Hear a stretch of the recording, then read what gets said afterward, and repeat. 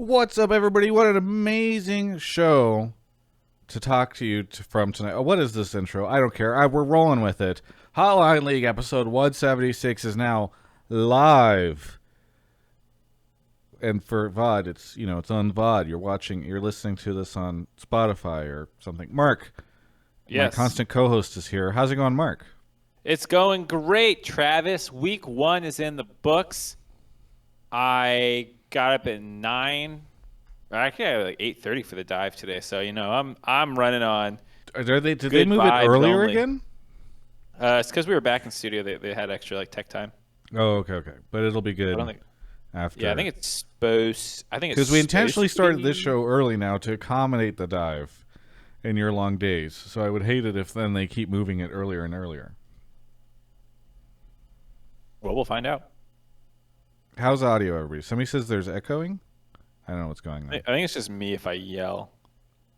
Well, hopefully we're good. I'm in a room. This show brought to you by Alienware. Right there. That's there. Game Fuel. Mountain Dew Game Fuel. Right here. And joining us special tonight, we have VPN Bytes. You can actually do ! VPN in the Twitch chat to get a link to check them out. We're going to talk about them more later in the show, but it's super cool to have them on because the story on how they ended up sponsoring this episode, I think, is really, really cool. Anyway, we'll talk about that as the show goes on. But first, LCS is back, and it felt really good this week, and the broadcast was great. What? Someone in chat who's like, why do my messages keep getting deleted? And all this is because he has cat in there. Yeah. Don't say. I'm sorry, buddy. Don't say the banned word. You can't say the CAT word. Tony El Tigris says, Travis, how uncomfortable did Jatt make you in the interview, dodging your questions like a pro? So I'm guessing you didn't watch the Jatt interview yet, Mark? I did. I watched it. Oh, you did. So here's the story behind that. I requested Santorin, an interview with Santorin, because I was like, well, I'm not going to request an interview with Jatt because, what's he going to say? He's going to say nothing. He already did his video last night. Like, this was on Saturday. And Jatt intercepted your request? Yeah, no, a PR, like, the Riot PR was like, TL wants to know if you'll interview Jatt instead of Santorin. And so I was like, okay, I can interview Jatt. Like, is he going to say something? Or I think what I said to them was, are they just not doing any player interviews? Because I was like, if I have to interview Jatt instead of Santorin, like, are there other players I could talk to? Because, again, I just don't see very much point to this interview. He's not going to say shit. And they were like, well, this is what they're offering. So Jatt and I, before the interview, I'm like, hey, I don't know. I'm just going to ask you these questions. I feel like you're not going to answer them based off the information you gave last night. He's like, yeah, I was kind of thinking about that, actually, about how, like, I'm not probably going to say anything more because that's said everything that there is to say in the video last night. I was like, yeah. And why are you here? So in Jatt's defense, I don't know whose call it was. Somebody somewhere suggested. Jatt was like, I don't trust my players. Maybe none of the players want to do interviews. Maybe like a manager or something like that. I don't know. And by the way, like, I thought Jatt, like, he obviously, TL had decided that they weren't going to, like, talk about whatever happened behind the scenes with Alphari, and so he did what he was going to do in that interview, which is, like, provide some additional context, right, which was how long this thought process has been going on and stuff. For sure, Jatt just did not trust the players with a microphone in their hand not to leak some drama. Yeah. So, I don't know. I just... the interview is what it is. I don't fault Jatt for it. I hope people don't fault me for it. But, like, I saw some comments that were like, Travis, hit him with the hard balls. I'm like, what do you guys, Jatt? I'm gonna, like, shake him through Zoom and be like, yeah, we all know you're a dirty liar. Tell me why did you do this to Alphari? I asked follow-ups and I challenged him when he said like, oh yeah, we've been thinking about this for a month. I'm like, okay, but Jake had said he had no idea. Yeah, I think you pressed him as hard as you could without making things awkward or, like, actually, like, putting him on the spot. You're like, you said something there that's a little inconsistent.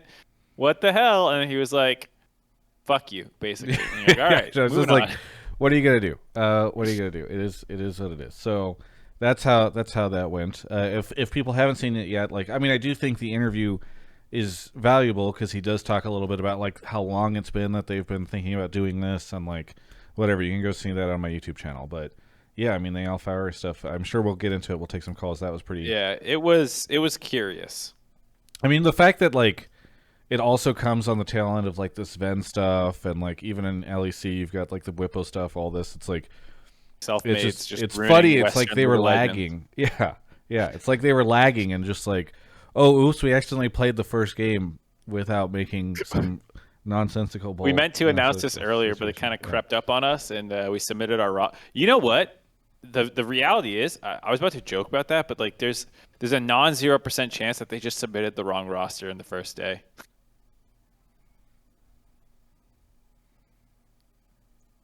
It's happened before. It's happened before that teams have happened in a best of 5. Before. A team submitted the wrong starting roster. Yeah. I'm actually like it's crazy you say that. I almost wonder about it because like, well, the only thing is you would think Jenkins would know, right? But maybe Jenkins was talking more about like they decided this week and did he say he had any I thought in his interview on stage he said like I found out last night or something, but I actually think that's a really possible situation. I need to rewatch what Jenkins said because if Jenkins got scrims this week, they might have just defaulted what they submitted as a starting lineup. Yeah. But okay. Alphari did an interview and he didn't look that like tilted in the interview. I don't know. He in the press conference thing he did. Was that what you're referring to? Yeah, I didn't know. Is that I thought he's so here's what okay, so here's the story. Papa Smithy says there's no more defaulting lineups. Oh, okay. You have to enter it each time. Maybe nobody told the manager. Thank you, Papa Smithy. Maybe no one told anyone, but Jatt was like, "This has been coming a long time." Yeah. Twitch chat says he almost cried in the interview. What the fuck is Mark talking about? Yeah. Yeah. Wait, I watched the whole thing. When did he almost cry? I don't know. I don't think I think that was an over exaggeration, but I do think that he seemed very unhappy. So Travis trying to cover up the TL drama. I am not trying to cover up. I think it's interesting. In fact, if anything, I was going to say that I have been thinking about this a little bit. Oh, did you actually, Mark? If you watched it, did you catch that thing that I said to Jatt in the interview where I'm like, well, you guys have that behind the scenes show, so we should be able to find out what happened behind the scenes in the show, right? That's I didn't. I think I might have closed out by the time you made that joke. Yeah. Well, that's kind of my call out because like it's so funny. I actually that's my new thing is like I think these teams need to stop. Maybe they don't. It's just we've talked about it a little bit before, but it's like there is all this interesting drama that's happening behind the scenes, and again they would have shown it previously. They choose not to anymore. Maybe that's the best decision for like team chemistry and making players happy or something like that. But then it's weird, I think, to be coming out with these behind the scenes shows where you just recap the games and you don't actually show any of the interesting stuff that's happening. I talked about this on the dive a little bit, that like saying nothing is kind of a disservice to your fan base who obviously like want answers. And I know like sometimes it goes too far and people feel entitled. But saying nothing is like, oh, my favorite player just got benched, and I don't know why. And like this former best player, top laner in the league, who was like borderline MVP candidate, like I just don't know what's going on. Like it's just, I don't think that feels good for fans. And like everyone always is like, well, you can't do breaking point. It's like, well, you don't have to do breaking point. Yeah, like, there's something in between breaking point and just the very funny ploy that all the teams use now is like, we're promoting our academy player. We really are excited about our academy player. Our academy player is so good. Everyone talk about our academy player. That's like the new tactic they use. Right. And it's like, okay, you don't need to do the C9 thing where you like literally record the benching and show it. Like I think you're talking about the Immortals thing, right? No, the C9 thing when they bench Sneaky. Yeah. They just like recorded it as well a long time ago. I mean, yeah. Anyways, the point is like there are ways to like announce kind of what's going on. And give your fans something other than like just trust us, man. Yeah.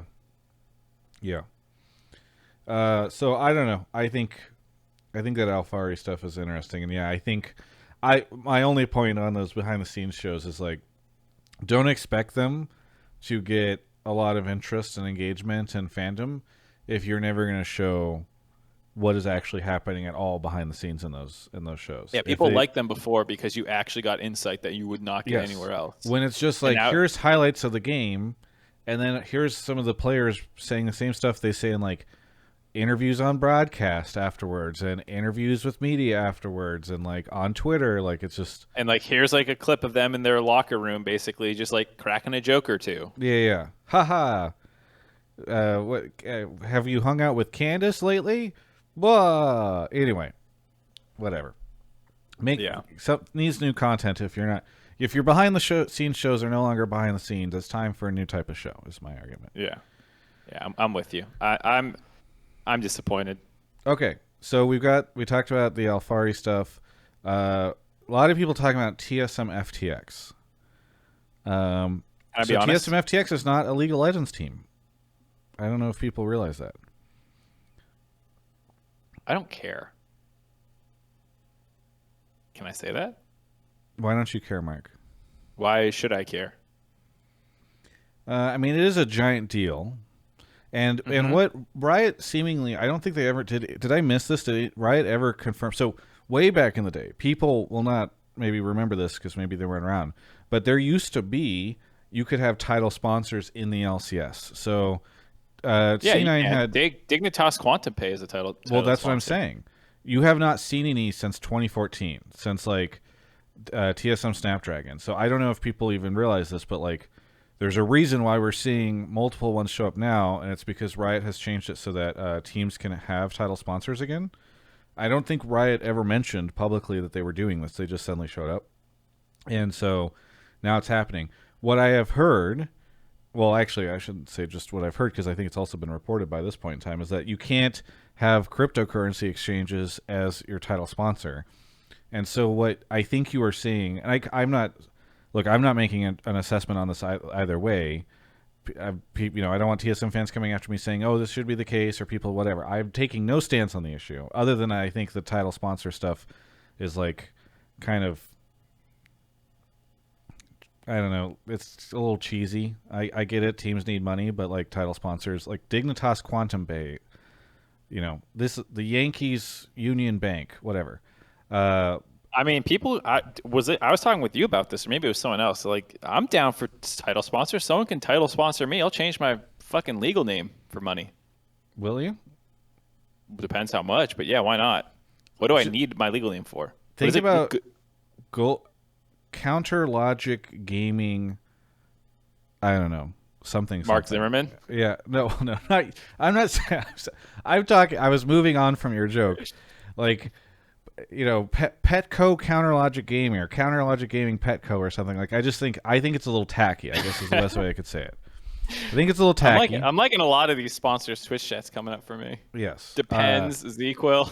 I think it's a little tacky, and I'm worried about what it'll look like if our entire league is just like name and then. But what I was saying before with the TSM stuff is like it basically appears like there's this battle between Riot and TSM on like where TSM can use this and where they can't, and like it's very interesting to sort of see the way that it's worked. And I don't think I think it's been messy, is I guess the way I would put it.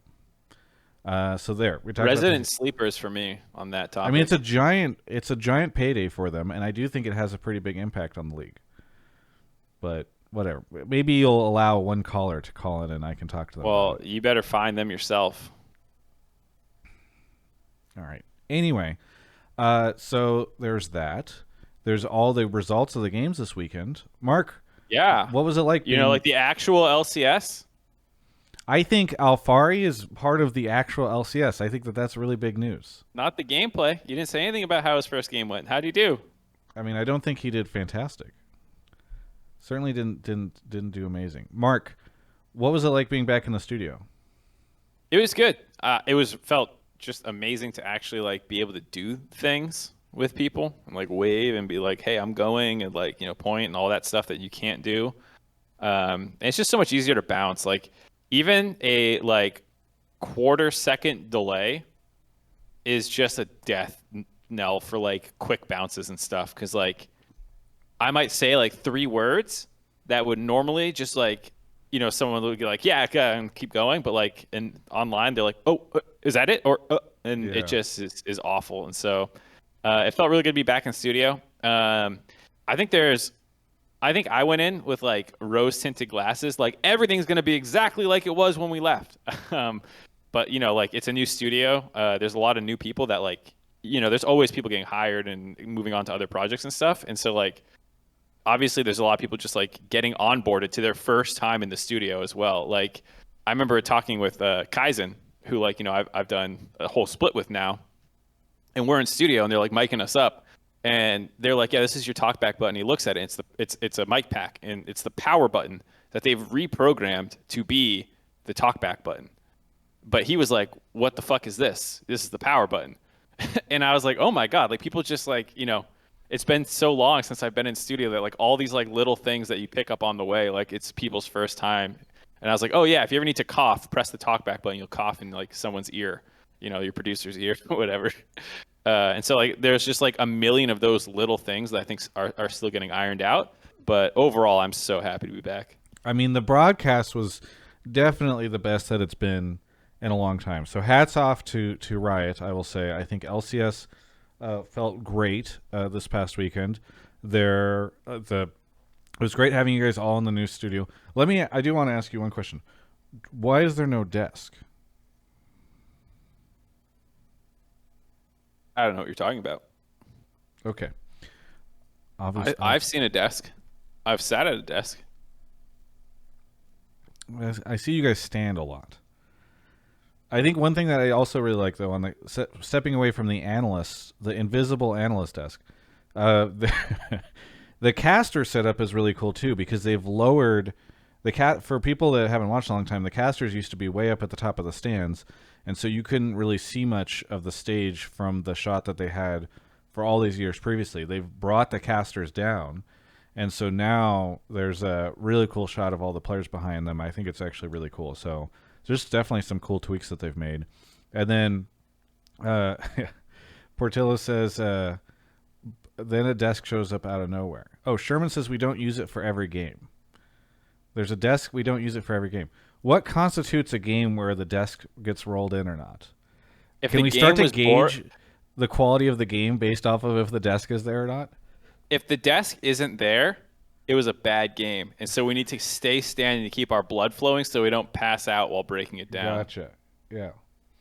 Gotcha. If there's a lot to talk about, you need the officialness of the desk. If it was a good game, we bring the desk out. Okay. Yes. I don't know how I feel about that. But the caster setup is really great. And then let's talk about the content. The content I am just so fucking envious of. I am like really excited because on one hand, I'm like, okay, this is great.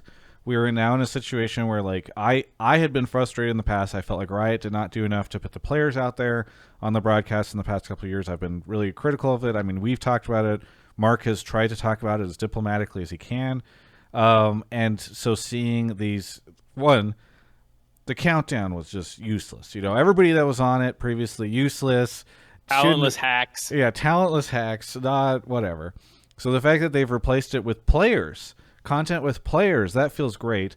It's really good, and I'm actually just so fucking envious of Meteos getting to host that show, because that show reminds me a lot of State of the League. I said this whenever Dash did that like big sit-down interview roundtable, last year or whatever, and I'm so envious of it. I think my only thing is I wish that there were more like players on it rather than personalities, because I think, and I know it's hard to make, but I do think that would help promote the players a bit. But the content I think was fantastic, and the love it was getting on the subreddit all weekend long was probably really, really cool for everybody to see as well.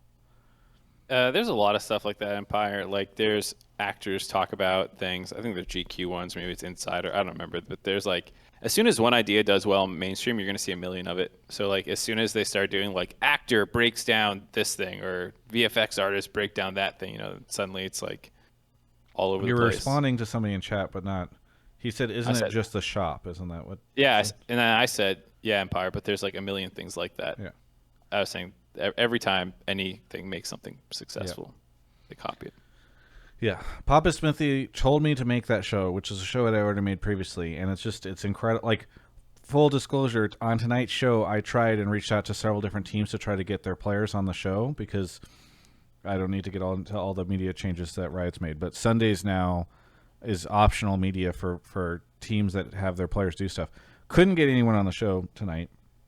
And so then Papa Smithy's out here trying to get me to get 1 million people on a show.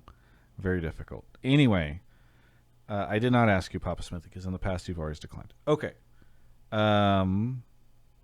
Anything else from before we start taking calls? I mean, the games were great. I thought. Yeah. There were some wonky ones. EG had some interesting ones for sure. EG keeps you on your toes. Same with Dig. Yeah. I'm worried that our teams suck now.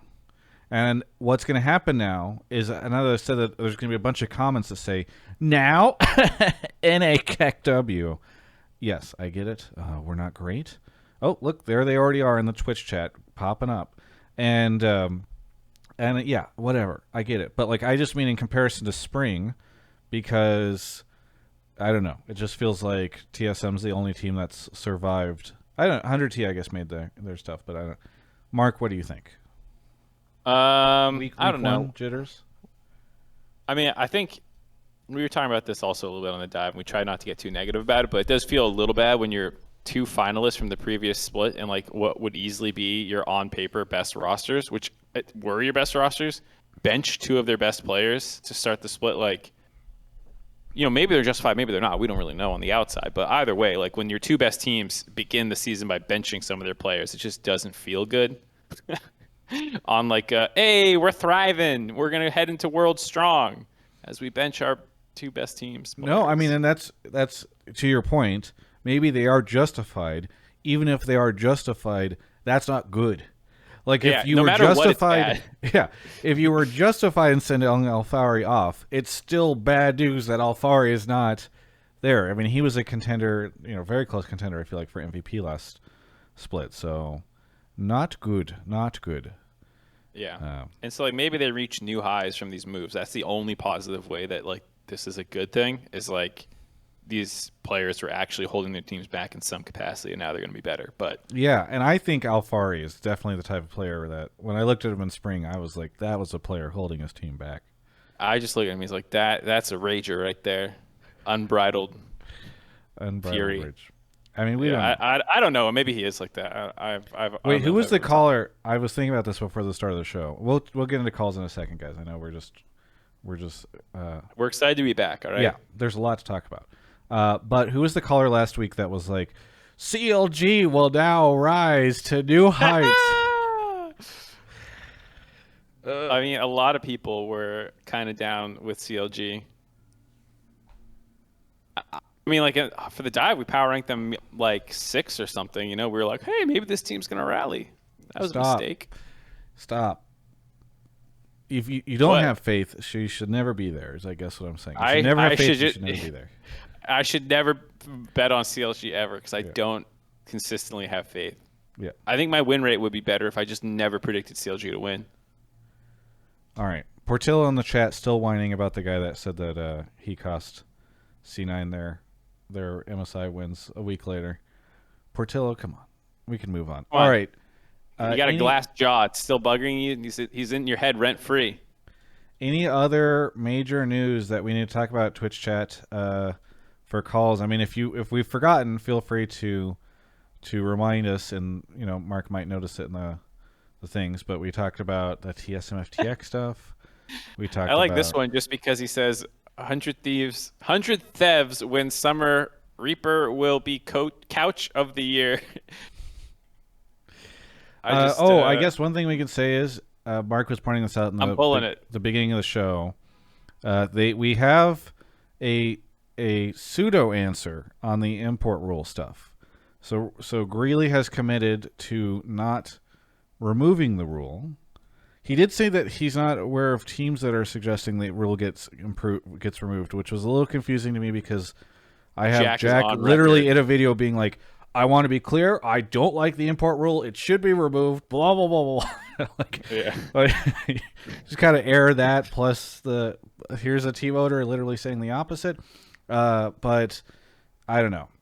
And then I managed to follow up via Zoom insistence that on that question, and he then later said, well, changes would be made by the global team. Global team also doesn't answer my calls these days, so it's tough. But at least they've said something, which I believe is better than saying nothing, even if it's still a little confusing. Okay. Yeah. Now you can shut up.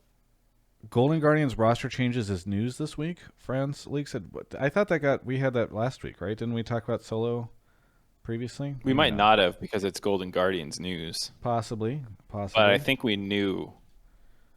Possibly. I think we had known for a while Niles wasn't starting. Anything else? Looking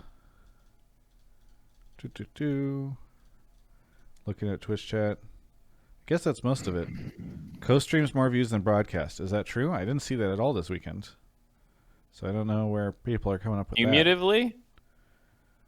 I don't think that's true if you count YouTube. I don't even know if it is cumulatively, isn't it? Yeah, like the peak when I looked for like a TSM game, which I think was the highest, was like 120 on the mainstream, and then the closest after that was Doublelift at like 28 or something. Yeah. So I would have to, you'd need 100,000 more views from the other co-streams to make it up. I don't think I saw that many, but maybe I'm wrong. Oh, so somebody says no guest. So yes, as I said moments ago, we did attempt to get a guest for this week. Ultimately, I'm kind of okay that we didn't because I think there's a lot to get into. I mean, Mark and I literally just spent the first 30 minutes just sort of reacting to some of the big stuff. But I have, so that's the good news is we don't have a guest this week, which gives us the chance to actually talk about the stuff that we should be talking about. The other good news, because it's not a good news, bad news, it's a good news, is that I have been told, and I'm saying this now since I was told that it's the case so that people can hold accountable. Jensen will be our guest next week. Until Jatt subs himself back in. I was really surprised. I mean, I reached out to TL and I was like, "Hey, if Santorin or Jensen," I was like, "Does anybody want to come on?" And they're like, "Who do you think would be good?" I was like, "Yeah, Santorin or Jensen." And I'm like, "I don't think Jensen never does stuff like this." And so Santorin and Jensen, it was somewhat last minute, so I understand why. I don't fault them. But then Jensen was like down for next week. I was like, "What?" So you told me a thing in Facebook Messenger about players and content. Is that public? Can I mention that right now? I don't know why it wouldn't be. Okay, so I'll just say this really quickly. They've changed the media policy.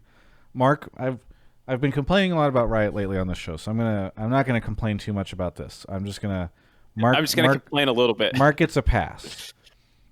Fridays, there are now press conferences. No one-on-one interviews, only press conferences. This is the first time they've ever done this with the LCS during the regular split. And the press conference started off with pre-submitted questions, which everyone who's been watching long enough knows how I feel about pre-submitted questions. It's the new meta at Riot Games is pre-submitted questions during press conferences. Then they open it up to live. So I'm going to talk about that a little bit more later this week. That's why you won't be able to see one-on-ones with me from Friday games. Bit of a bummer, but whatever. Maybe it's helpful for other media. Saturdays, one-on-ones is normal. Sundays, they used to require teams to do content on Sundays, like interviews or post-game stuff. If you do content earlier in the week with media, you can avoid doing the Sunday content. So hopefully that is a cool change. I'm a little worried to see how it gets abused by some teams because if maybe teams just say we'll do a written email interview and we'll just have our manager write out the answers, which I know for a fact has happened in previous situations. But I am hopeful that it might mean more players are able to come on this show. So we will see. We'll see how it goes. But I remain cautiously optimistic for Sunday stuff as I am. Well, that's what I was going to say. Is wouldn't Jensen being on the show probably be related to the fact that it gets him out of Sunday? I mean, that's stuff? why I've been hitting up the teams with sort of renewed vigor, is because I am hopeful that this is a means of getting more players on Hotline League. We'll see. We can all track together and see if this actually does help. But it seems like it's already possibly working just by this Jensen Hotline League thing. You would rather get Jensen on here than interview him, wouldn't you? Yeah, I think so. Let's let's say he gives you 500 more viewers right now instead of a black box. Yeah, You I mean, take I that think over. no, I mean it's great. The it's not even about the viewers; it's about the community interaction. As cheesy as that might sound, like it's cool for me to do an interview with Jensen, but I've done it a million times. But I think it's really like part of the reason you and I love this show is because we can have people from like fans directly talk to the players. You don't think that's true, Mark? You don't like the community aspect of this show? No, I just meant it was a really bold assumption that I love this show. You and I have.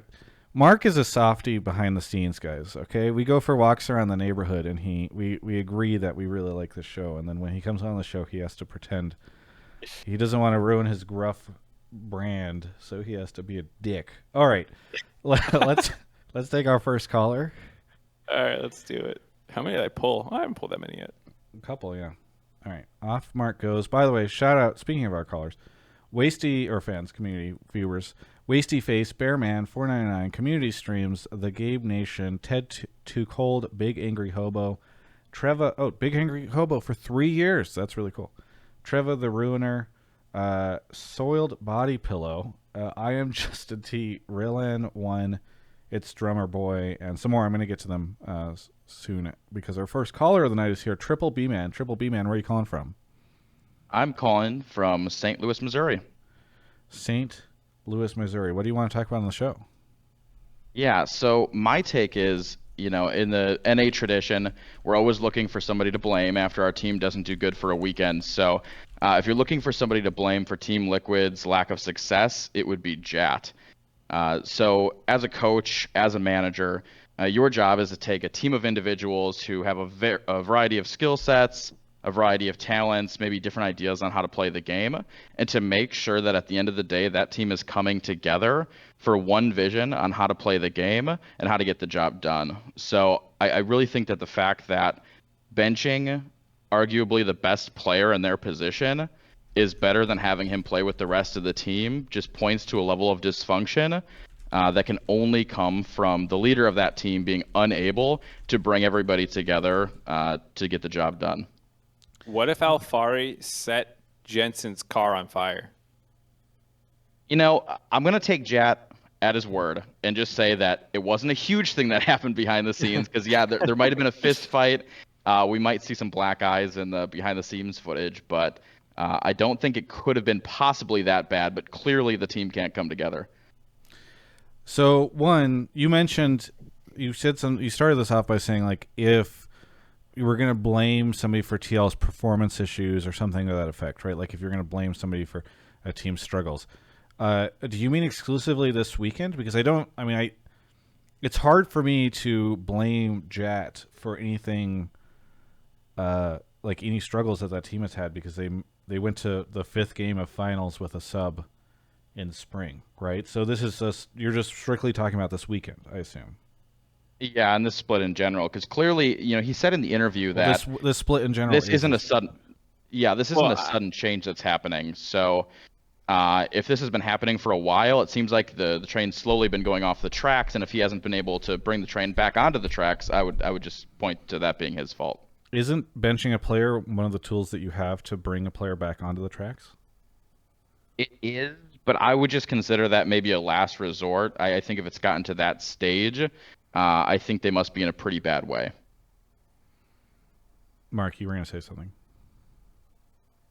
Oh, I was just going to say, I understand the caller's point. The split technically started this weekend, but, you have to think about the whole offseason that happened. So if things have been trending downwards negatively, then, what happened? I think this is a weird one just because if they just announced, say, C9, that he was benched at the start of the split, and we were just left in the dark, I think it would not feel as weird. But the whole nature of the one game benching followed by interviews saying that no, we've had this plan for a long time, it's not reactionary, it just makes things more confusing. So I mean I'm not fully on the caller being Jatt sucks and he's ruining TL, but I do think that it is weird. Well, it's weird because when you say nothing happened, nothing big happened, but clearly something happened between day 1 and day 2 or your assessment of day one rolled into a decision you were making for day two. It is a very strange thing. We're in this weird, bizarro speculation zone, but it is an odd situation. I don't know. I'm not. What are you laughing at? So Alphari tweeted 1 minute ago, was going to get Chick-fil-A for dinner, then saw an ad for Chipotle and decided, fuck it, why not? Let's get some Mexican. Wasn't spur of the moment, by the way. Calculated this a month in advance.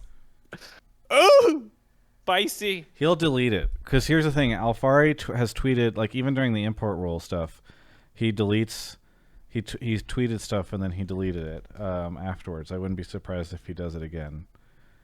I mean, this is the perfect time for this tweet, though. You know, that while we're live on air. Yes, literally because 2 minutes ago. This very much. I mean, if you can read through the memery, and maybe it is just pure meme, but if you read through the memery, he's clearly saying like, "Yeah, okay, plan for months in advance." Yeah, okay. Oh, that is I'm like literally reading it and reacting to it right now. That is interesting. It's very spicy. It's always tough for a team when their players go rogue like this. I mean, I enjoy it. It's entertaining, and I'm happy that it happens because it brings some spice to the show. But like, I don't. It's just like, oh god. You know, I love it. It's just you gotta do what's best for you. You know, and like if you don't say anything, everyone just goes around assuming that Alphari's the devil because he got benched. He must be, you know, this. He must be toxic.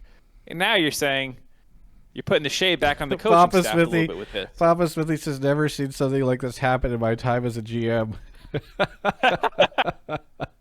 Papa Smithy. Wait, Medio should invite Alphari on his show. And then they could both be like, dude, isn't it shitty when teams just do you dirty like this? Yeah, I mean, can we start a campaign for that? Let's get Alphari on Medios' show so they can talk about it. It's a 2-person show and they sit on like a park bench. Yeah, Cody's son as well. I appreciate that. We can get 3 people. Is there anybody else I'm forgetting of that has had a very salty departure or mentioning? I mean, the Sven stuff is super fascinating still, especially because that clip of Max Waldo saying like he didn't think Sven was going to be playing at all this summer. So, yeah. I mean, that one makes it. Well, we'll get maybe there's a Sven caller all fine. Yeah. To stay back on Alphari though, I mean, this kind of goes along with what us and a lot of the community seem to take away from it, where it's like, well, the player that you substituted him in for seems surprised by it, and it kind of came in the middle of a week, and it, you know. Definitely seems a little strange. Have you ever seen, Mark, the Mario Party meme of like Luigi wins by doing nothing, and it's just like all the mini games where like Luigi's like, oh yeah, like everyone gets crushed around him. Yeah. Luigi just sits there, does nothing the entire time, and then like the other players all die and Luigi wins. That's how I feel about TSM right now. Like I just feel like they're just gonna end up being our number 1 seed again because Cloud9 and TL and just like weird shit's happening with these other teams. Okay, TripleBMan. Back to the Jatt stuff specifically. Yeah, I mean, I think it's interesting because. Who all is over there right now on the TL side, right? Who's there? Dodo. They have a. Why am I forgetting his name? He changed his name a couple years ago. Yes, Cold. Spawn. But he's on more. Yeah, Spawn's on it. So, like, what's interesting to me is this might be like a particular struggle for Jatt because Jatt, I think, understands game stuff a lot. You would expect his experience to be like, here's how I know about game and all that stuff like that. I don't know. It's hard to think of what Jatt would have had previously that would be about managing like conflict within a team. Well, I mean, other than being a pro himself in like multiple games, possibly. It's been a while. It's been a while. He's been and a while, somewhat short-lived. Gamers change less than you think they do. Like yeah, I don't think that he's going to see something on Team Liquid in 2021 that he didn't see in Guild Wars in 2010 or Dignitas in 2011 or whatever the fuck. But So, all I'm saying is I could see this being a unique challenge for him in figuring out how to manage a situation like this. And I don't think Dodo had to deal with Doublelift last year, and it wasn't like that went much better. And like, this is not me trying to call people out. I'm just saying, like, this is perhaps going to be a place where he will have to like learn this aspect of being a coach sort of on the fly, because this is his first major benching. yeah, I mean, who knows? I think like I've worked with Jatt, and I think he's pretty good about conflict resolution, but it's obviously Can you give me a an very example different of when there environment. was conflict and he resolved it? Yeah, you want me to go like talk about some random times that Yeah. Dash? I mean, here's a funny story. Dash, Jatt, and I would argue a fair amount actually about analyst desk segments and like how best to do them. And like we would have like an hour meeting for Countdown back in the day, and we would come out of that room and like if it didn't go well, you know, like we're coming out of the room arguing, and there's like the casters are in an office, you know, like there's just a general office around us, and I think we're all pretty loud people. And so, you know, we're just like fucking arguing in the middle of this office place, and people are just shooting us dirty looks to shut the fuck up. But we always ended up on the same page. So there's your conflict resolution. But I think there's a you didn't difference in tell power any story dynamic. about how Jatt resolved it. You just said you guys all argued, it got loud, and then you ended up on the same page. Yeah. What did Jatt do? He threatened to bench Dash, and then that everybody got in line. I mean, I'm just saying I've had experience with him. He's fine with conflict resolution, but I think there's like more power, not power dynamics. I don't know what to put it, but like there's more you have to consider when you're like trying to find a mutual goal than just like when you would normally. But I mean, like I said, he's been a pro before. Who knows? Maybe it's not about that. Yeah. Maybe it's about his PR skills. You know, he's used to being the beloved caster. Now everyone's like, wait a minute, this interview doesn't make sense. And before, I mean, Papa he'd be Smithy is in the chat. I think he was beloved caster before, and he obviously took a lot of heat over the past couple of years in his new role. So it's tough. It's tough. All right, TripleBMan. I guess as a summing up of everything, I don't know if I can say I blame Jatt. I think he's probably facing a challenge that he hasn't faced before, as much as perhaps Mark might have disagreed with him on a Countdown segment. I think that this is perhaps a little different, and I'm interested to see how this keeps going, because I think this is probably a place where coaches are it's easy to fumble in these really crucial moments, and perhaps that's not what he's doing. Perhaps he is using that last resort to bench Alphari because he thinks that this is going to work out, and maybe it will. I don't know. Yeah, I think I would say TripleBMan's a little early on this take. He's getting in while, you know, the prices are low. But if TL continues to struggle and this team implodes in the offseason, I think you'll see a lot more criticism coming their way. Yeah. TripleBMan, thanks so much for the call. Anything you want to shout out before we take a quick break?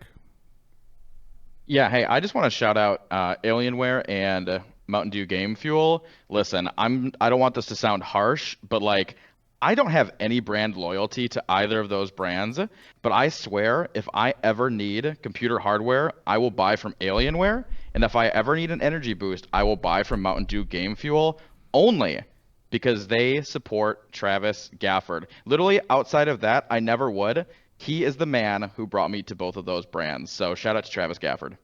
Thank you, TripleBMan. I really appreciate that. That's a very, very nice lead into my sponsor break. Okay, thanks, TripleBMan. We'll catch you in another show.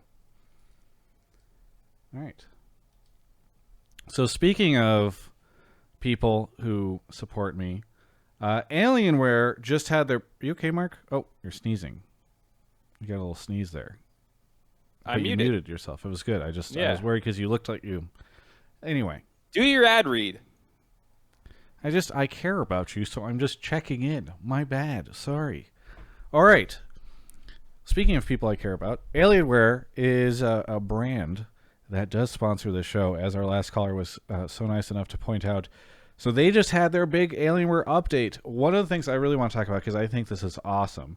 I promise I did not know about that whenever I saw this esports certification thing, but they are doing something called, okay, wait, is it good? I'm trying to remember. Is it good in gaming? I'm suddenly having a failure. I think it's good in gaming. Good in games. Good in games. Damn it, I fucked that up. All right, we're gonna relaunch the show. We're gonna do it over so I can get this right. No, good in games. Okay, this says good in gaming. Good in gaming and good in games. They're doing it as partnership with Team Liquid, and it's basically this really cool program aimed at bringing people into the industry and creating like a system by which you can find a space. So tournaments, mentorships, internships, scholarships, all sorts of ships. And then they're also going to create a bunch of content that helps people learn about esports careers. I think it's, by the way, it's all free. It's all free. This is something that Alienware has decided to do with Team Liquid, and I think it's awesome to see. They, I personally get a ton of messages from people saying, "Hey, how do I get a job in esports? How do I do this?" And it is, the one thing I agree with about the whole esports certification scandal from a while ago was like, there is a need to figure out a good way for people to get into the space.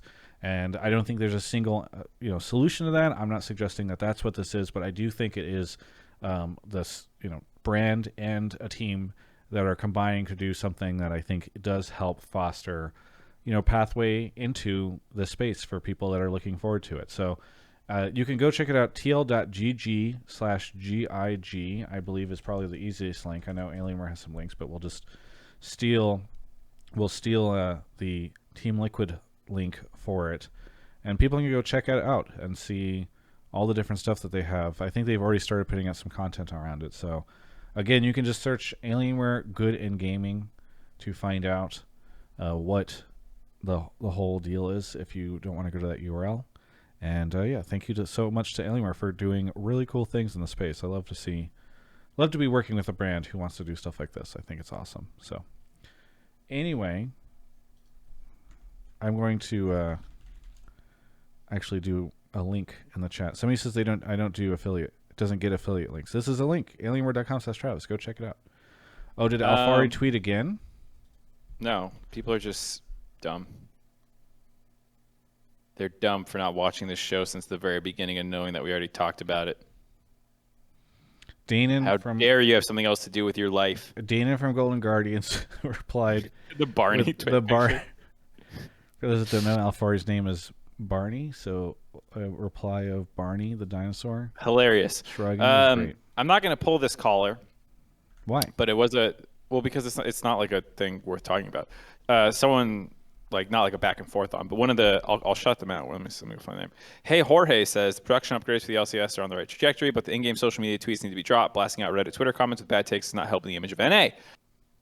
You're not the only person who had that feedback. A lot of people internally were also like, hey, I think we're doing a little too much of that. So expect adjustments on that. I don't think it's going to go away completely because when done well, it works. But, there was a lot of conversation in one of our meetings today about how we can best utilize the social aspect. So I will say, I do agree that there was a little bit too much, but I liked that they included Reddit. Well, there were some pretty funny ones too about like, oh my god, I thought we were safe here. Yes, those are good for a quick throwaway joke. I think they're a lot better than the worst is whenever it looks like it's fake.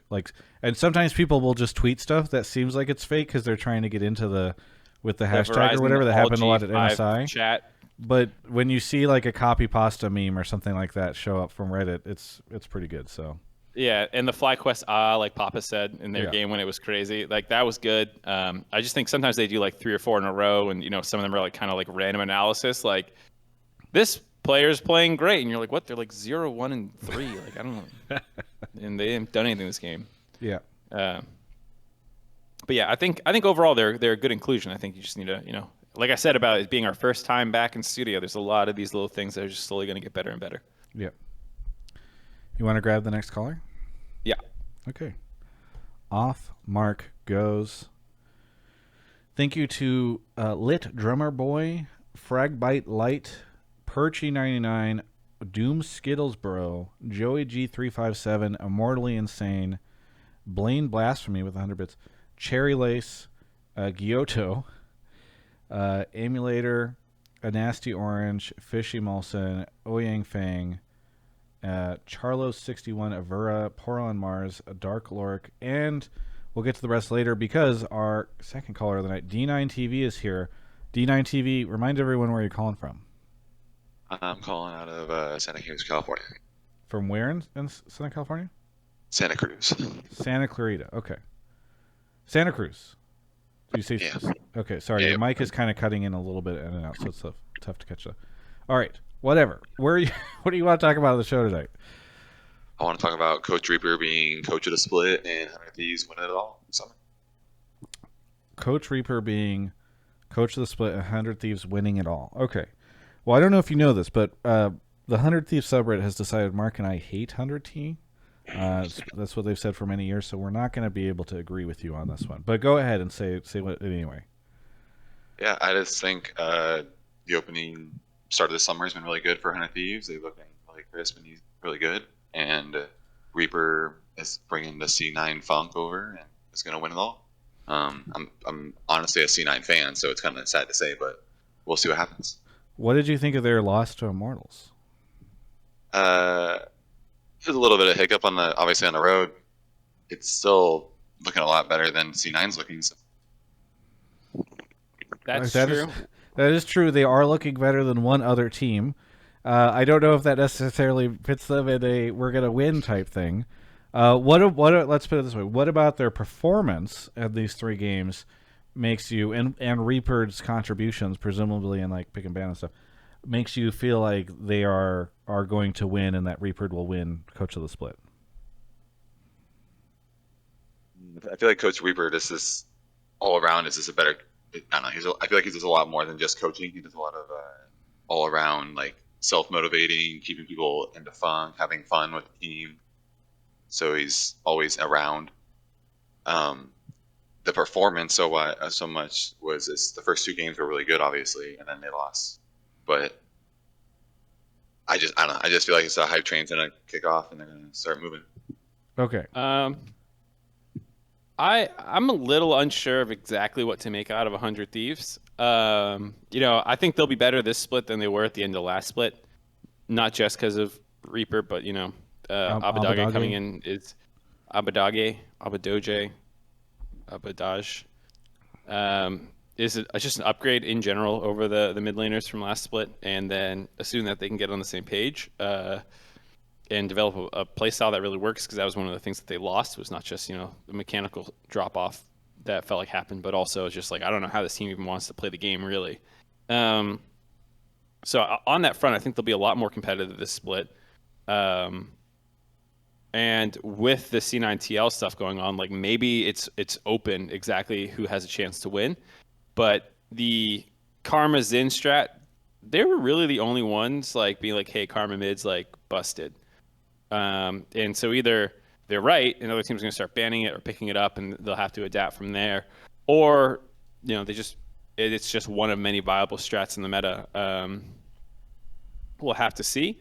I think that they looked good in their second and third game. Their first game was really sus. I didn't love that draft. That one definitely had some issues for me. But I do like that they've been able to get someday on more aggressive champions playing the Gwen and the Wukong, where sometimes I feel like he's too willing to just kind of sit back and let the team do what the team's going to do. And to your point about like some of the Reaper spice, like the Kog'Maw bot lane and stuff like that, I appreciate them, having these different looks than a lot of the other teams in the meta, or like a different read on the meta. But I want to see what happens when things start to stabilize a little bit more. Dapper Gav in the Twitch chat is having an aneurysm. He says, dude, it's not Karma mid. Ugh, Mark, stop. It's a flex, man. Don't call it that. Don't call it Karma mid when they played Karma mid 3 games in a row. It's a flex, man. Yeah, it's a flex, but they played it mid every game. I'm sure who he can play it, but it's drafted first 3 and it can go flexible. Top. I just enjoy sometimes taking the irate Twitch chat people and throwing them at you. Okay. Jesus Christ, dude! I know who he wants to play and engage support, dude. I'm dying inside. as I said, Mark really loves the show because of the community engagement. That's the thing that one of the reasons he loves this show so much. This person is very upset with you. Anyway, getting back to D9TV, I have so much fun with Mark Zimmerman. Getting back to D9TV. Okay, so I don't know. I think my worry, D9TV, is that I don't know if you've correctly articulated like a major reason other than like Reaper is awesome and 100T looked good in their 2-1 weekend where they lost to Immortals who went 3-0, and there was also TSM who went 3-0.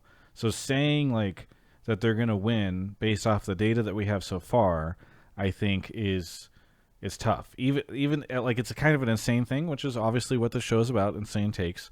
But I think it's even an insane take to say the team that went 2-1 is going to win the split over even these teams that went 3-0 whenever the only sample size you have for the split so far are these like 3 games. Yeah. Well, I don't know. I feel like relevant hype is always more important in NA apparently than actual end of the split. So a lot of times everyone throwing this jumps on the hype train, and therefore 100 Thieves is the hype train right now. Even the other 3-0 teams, yeah, wow, they won 3-0, but 100 Thieves has all the fan base behind them, so we're gonna make it. We're gonna run for it and win. Don't you feel like some of these other teams have a lot of fan base behind them too, like TSM? Yeah, I guess TSM's they're popular and everything. So is C9, and all the orgs that have been there for a million years and won all the banners. But I feel like TSM spent so much money that no one really cares anymore. Honestly, it's more of like I know these spend a lot of money obviously too, but they're just more in the moment hype. And plus, they got Papa Smithy now. They do have Papa Smithy. Their merch is better. How about that shit? You gotta think about NA. Yeah, you gotta think about NA. They don't care about the end game. They care about what's happening right now. Well, here's the other thing. When was the last time a team won the first seed to Worlds that wasn't named TSM, C9, and TL? I think that's also a struggle, is that we haven't really seen that happen yet. And I'd love it if we had some sort of mix-up, but it's tough. Anyway, thank you so much, D9TV, for the call. Is there anything else that you would like to shout out before we go on to the next caller? First time caller, so shout out to you guys, obviously. Big supporter of you. Shout out to Game Fuel, obviously. And then also shout out to Eve Lowell, even though she's not on too much streaming, but she's been doing a lot more lately. So shout out to her too. Well, thank you so much, D9, for the call. Always great. I know you've been in chat a bunch, so I appreciate you calling in. And chat is very nice, so I'm sure they're going to welcome you back with loving arms. Thank you so much for the call, and we'll catch you next time. Thank you. Here's the thing. I think he had a better case than he managed to put together there. Because I think you would like try and sell the ceiling of this team. Like, okay, FBI, especially with Sven being benched, is the best bot laner in the league right now, you know? And we've seen how well he can play. Someday it feels like it's been a little while since he's like played at his peak for an extended period of time. I think you see it some games and some streaks, but we all know how good Someday can be. The problem was that like if Someday was going through one of his slides and they were with their previous mid lane situation, then it was just FBI versus the world. It felt like a little bit right now, but I think Abadage can play that more consistent second threat or just a good enabler for closer, or for example. So like I actually think there's a lot of ways that this is like a potential championship roster. I just think his point was Reaper in hype, whereas I think you could make a more compelling case if you wanted to help him out. Yeah, I mean, I think saying, hey, the good rebuttal to what I said of like, when was the last time TL, TSM, C9 didn't win first seed? It's like, well, what's going on over with TL and C9? And if they can't figure that shit out over the rest of the split, then maybe maybe the floor is a little bit more open. All right. Mark, you want to grab the next caller? Yeah. Okay. Lord Audi, thank you for the Prime Ari Waddle. Poro on Mars, 1 Bellow 1, Spencer Neutron, Chapow, Blaine Blasphemy, Clock Cruncher back here. Before the start of the show, shout out to Clock Cruncher. Gifted 10 subs to the community and also subbed as well. That's very nice of them. TMKHS, thank you for the sub. Eugene, Sweet Baby Lou, and we'll get to the rest later because DoubleG, is that how you say your name? Yeah, you got it perfect. Good job. DoubleG is here. Where are you calling from? Houston, Texas. Houston, Texas. What do you want to talk about on the show? So I wanted to talk about Cloud9's 1 and 2, a little unfortunate weekend, specifically the King coming in and I think playing a pretty good weekend. I have some notes here. I can just talk about some of the bigger points, but I think that King coming in, he looked pretty aggressive. He was really willing to take plays, and that's something that you want for a new player coming into a new environment. You want to see them, being aggressive and really not just being scared on stage and trying not to make mistakes. This touches on some of his earlier play. He was the best ADC in Oceania and Academy. He was better than FBI, so I think that, if FBI can be the best ADC in NA, King can as well. I also think that just in general, he did get picked out once at the Nexus against GGS, but he didn't really seem to be like a huge liability outside of that one play. Looking at his stats, he had very good stats. He only had 6 deaths the entire weekend, despite 2 losses, which is, I think, pretty good. He had the highest damage per minute on Cloud9, and despite being the lowest gold at 10 for C9, he ended up with the highest gold every single game on Cloud9. So I think that those are all some pretty big positives.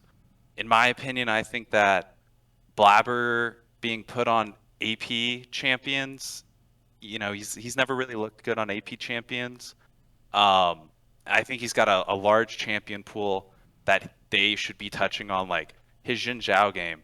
He didn't hard carry, but he didn't look like an actual liability like he does sometimes on Nidalee or Rumble. And I think, Perks, he is a great player, but I think that almost every single game you do see him just randomly get caught out. And, the 100 Thieves game is pretty tragic to watch. I don't even think I finished it with how bad they're looking. Well, yeah. Yeah, we can. If you have a final moment, I just want to wrap it up a bit. No, yeah, that was just my biggest point. I think that those are the positives about King, and I think that Perks and putting Blabber on the right champions is more important for Cloud9 success. All right. Well, I am very curious to hear what. Yeah, you go first. Break it down. How did King do? Well, let me break down. The thing I was going to comment on was how much I enjoyed Mark's face while you were listing out the stats. Because Mark, I think, either thought the stats were incorrect or was surprised to hear them because he seemed I looked at them earlier, and I remember not being that impressed. Now, I mean, so another reason I was making that face, because I think, especially this early in the season, sample size is something you have to be very careful about. So, on the one hand, I appreciate the, trying to bring this fair balanced look, but he was second to last in CSD at 10, at -10. His DPM was middle of the pack at 506. I mean, it was, like you said, it was high relative to C9. And like I said, some people are playing Ezreal, and it's okay, 50-minute games with Ezreal and stuff like that. It's obviously not going to track as well. Fucking Tactical has 850 DPM.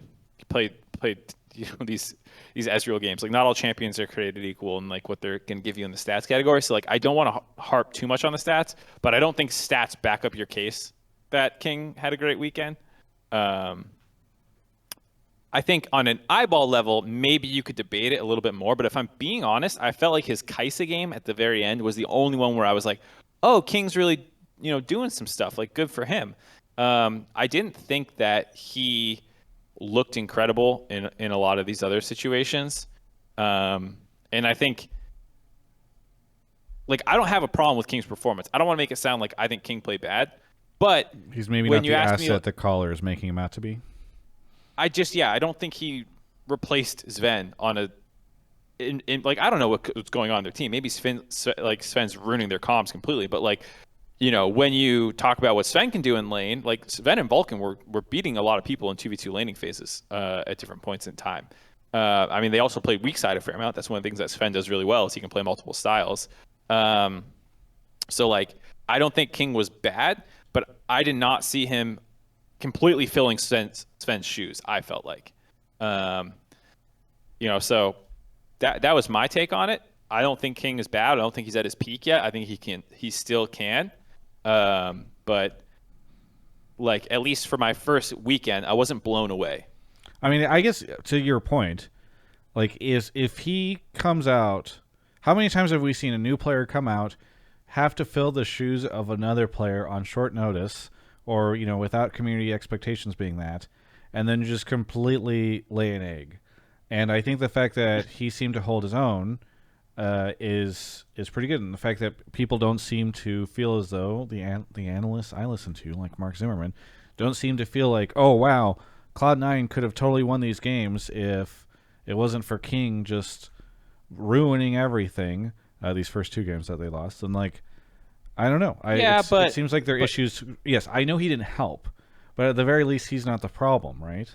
Right, but there's like a range. Like, some people come in and actually just do insane. Like, do they normally? These rookies do? I feel like they don't normally. I mean, Tactical did, I guess, last year, but Tactical, Turtle, I don't know. We had to go all the way back to 2013. No, those are just the two that were off the top of my head because I'm an old fuck. But like, there's plenty of people who sub in and do fine.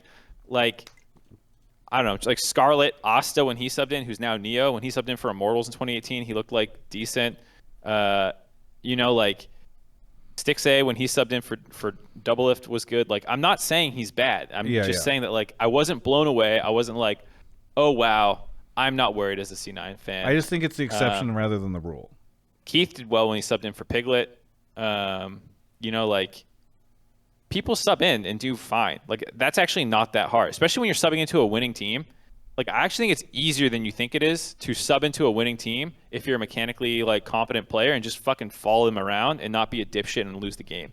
Generally, that's actually not that hard to do if you're a good player. Are C9 a winning team? Yeah, they literally were just at MSI. Yeah, They're fine. But they didn't make it out of Rumble at MSI. I guess. But here's my concern. Yeah, like all those other NA teams did. Well, they weren't at all those other international events with all those. I'm just saying. I'm saying a winning team in NA does not necessarily. Yeah. I do not. I worry that even in a world where we had Sven, this C9 would not be the same C9 that like won spring finals. It seemed like they got a little mind fucked at MSI. Maybe I'm wrong, and maybe you're right, and they just played against better players, and NA sucks, and that's what happened. I get it. I know that's where you're gonna go. But no, I was gonna go that they haven't practiced that much. Like, that Golden Guardians game is one that I think they win most times when they're in form, regardless of King or Sven. So then that helps my point, right? Like, they're not a winning team right now. No, I don't think so. Maybe Sven could have carried them. Who knows? It's hard to say, but I don't know. King just looked like he was there. Yeah. He was, he got a lot of gold because he's sitting mid because they're playing like often double melee carries in their solo lanes. Like, he got a bunch of gold. Good for him. Yeah. I don't tend to have high expectations for teams. I mean, I think I tweeted this after their loss to Golden Guardians. Like, 10K gold lead, they win most times. Nice take. When chat roasts me for a good reason, I have no problem admitting it. Like, I'm a fucking idiot. I tweeted this, I think, after their Golden Guardians loss. Like, historically, the MSI team has come back and just like sucked for a couple weeks.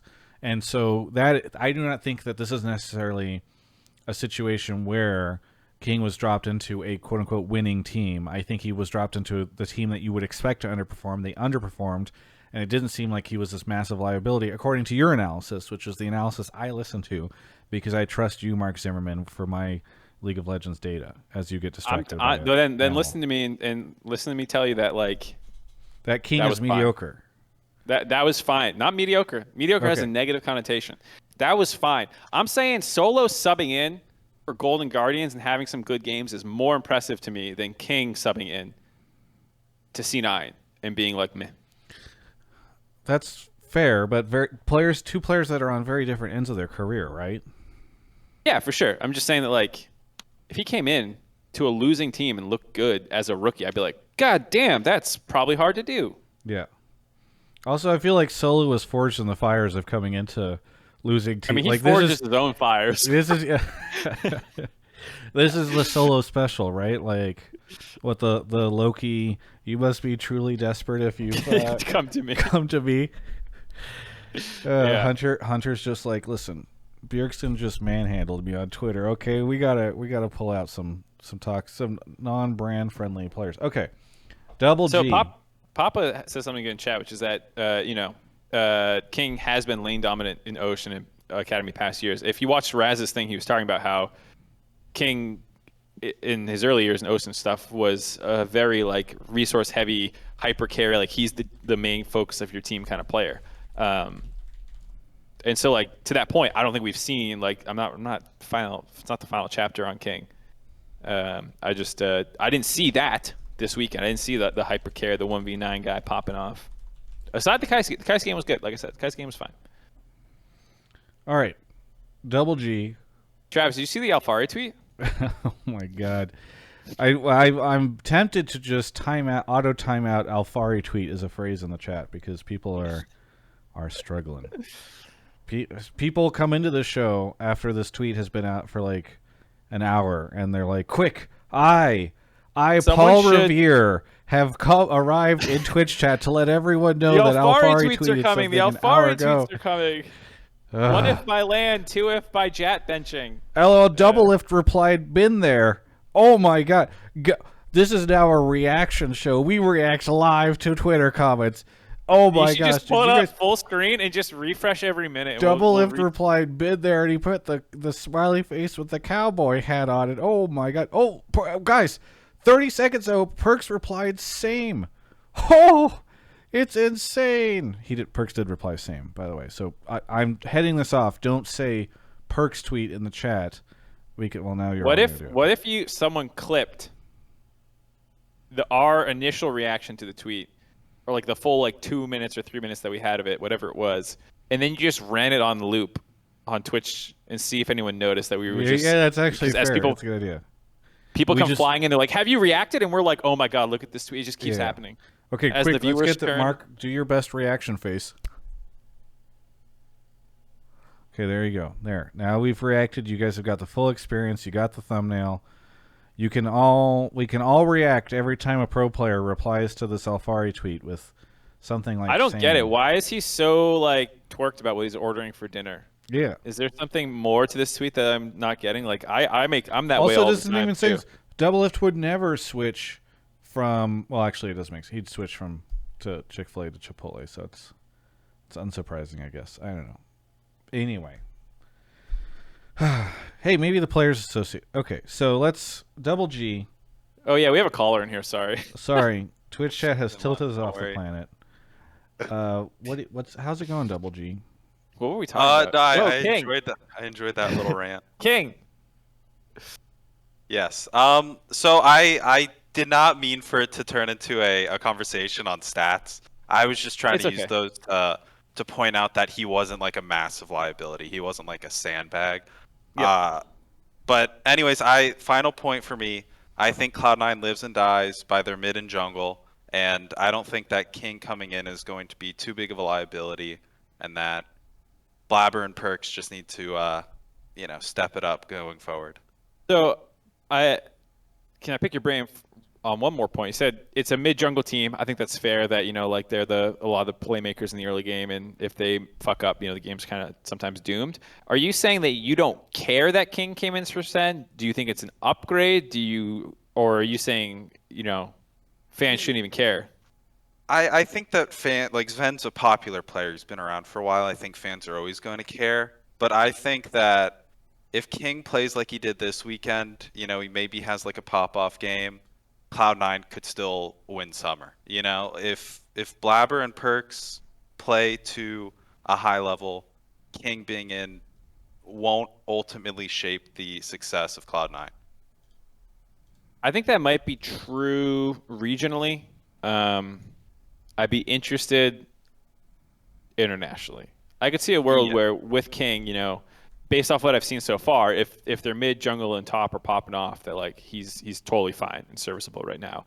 When you start going up against some of the best bot lanes in the world, you know, is it more of a question mark? Yeah, that's always the question, and we will just have to see if Cloud9 are able to make Worlds this year, and if King is No sneaky, playing. no Worlds. We'll see. We'll see. Well, thank you so much, DoubleG, for the call. Appreciate it. Anything you want to shout out? I want to shout out you, Travis. I've been following you for over half a decade now, and you are always putting out top-tier content, so keep it up. Thank you. I really appreciate it. That's very nice of you. We'll catch you next time. Have a good night, everyone. See it. Kobe in the chat says, call Alphari right now.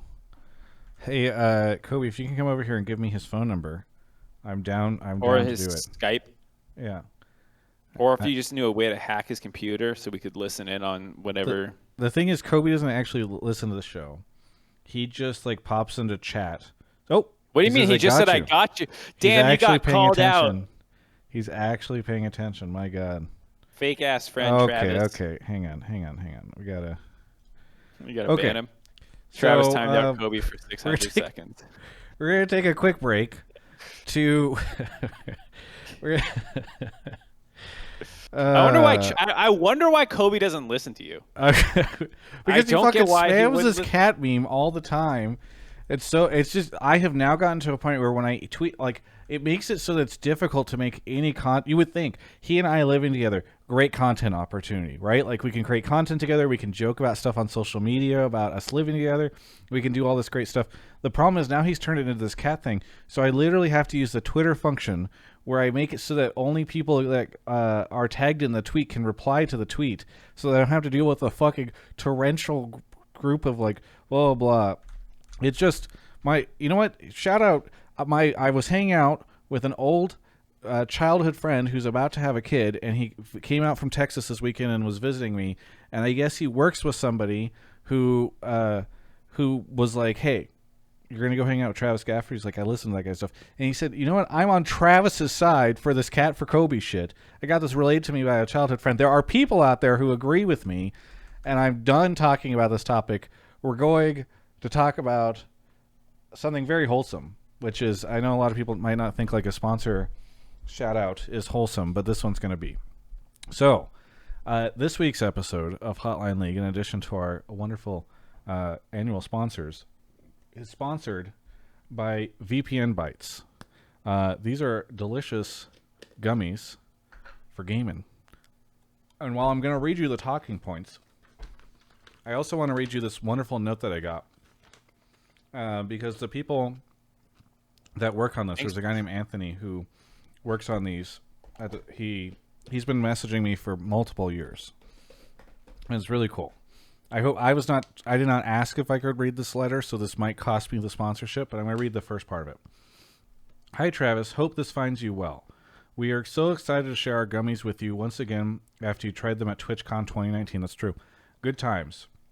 We are even more excited to be part of Hotline League. Longtime fan, but Mark never picks my takes. Sad face. Maybe one day. As a small brand, this is a huge deal for us, and we are so grateful for the opportunity. We included all our flavors in here in both the full size and sample packs. So, full size, and then I've got a couple more of them. And then the sample packs, I've got several of them. So that you can give them out to a few people to try. So they arrived today, so I'll share these with Mark and some friends later on this week. To give some background about the brand, I'm the co-founder and chief marketing officer of the esports nutrition brand VPN Virtually Perfect Nutrition, which you can find at I'm not going to put the URL because you guys need to click my URL, but you can do !VPN on the chat. Along with my brother, who is the chief scientific officer and was a previous product developer for a sports nutrition company, we launched at TwitchCon 2018 with one product and flavor and had a great response from the community. We then returned and attended TwitchCon 2019 with 3 total products, new packaging, and 3 new flavors, one being our Sour Retro Berry 2.0. We have had a tremendous response from the flavors, along with the single-serve pouches as well. I'm not going to read the rest of it because they're kind of in the echoes the talking points. But I just think it's really cool that a brand, small business that has big fans of the show, really wanted to sponsor the show and get their stuff promoted on here. And so that's one of the reasons why I was really excited to have them on. But anyway, these are gummies, and the talking points, which I have here so that you guys can learn a little bit about it. VPN, or Virtually Perfect Nutrition, has the mission of bringing trust, transparency, and functionality back to the supplement space. Too long now, companies have relied on fillers, hidden blends, and marketing gimmicks. It's time to let the science do the talking. Our focus is your energy, your eyes, and your performance. Whether that's gaming, office work, or homework, it's our goal to provide convenience and functional ingredients daily. This is, by the way, there's not caffeine in it, so you can take it, you can drink it along, or you can enjoy it alongside drinking a Mountain Dew Game Fuel. So there's no overlap. These are great compliments. You can use code Travis to save 20% off the website price, and it's the first gummy formulated for gaming performance. It's vegan and gelatin free. It's allergen free for the top 8 allergens, and it's made here in California in a FDA registered. These terms I don't know, but I hope some people do. CGMP and BRC certified facility. So I know that they're in the chat as well. If you guys want to say something like them to them, but they're really nice folks, and I've enjoyed working with them, and I hope you guys support them and take a look at their stuff, and maybe open up with an open mind on it, because I just think it's cool that people are willing to sponsor the show. If you're listening to the VOD, you can check the link in the video description. It's really cool that they did this, and we love them. Retweeted their thing that they tagged us in from an hour ago. Nice, yeah, and you can go check that out. But the link is in the chat.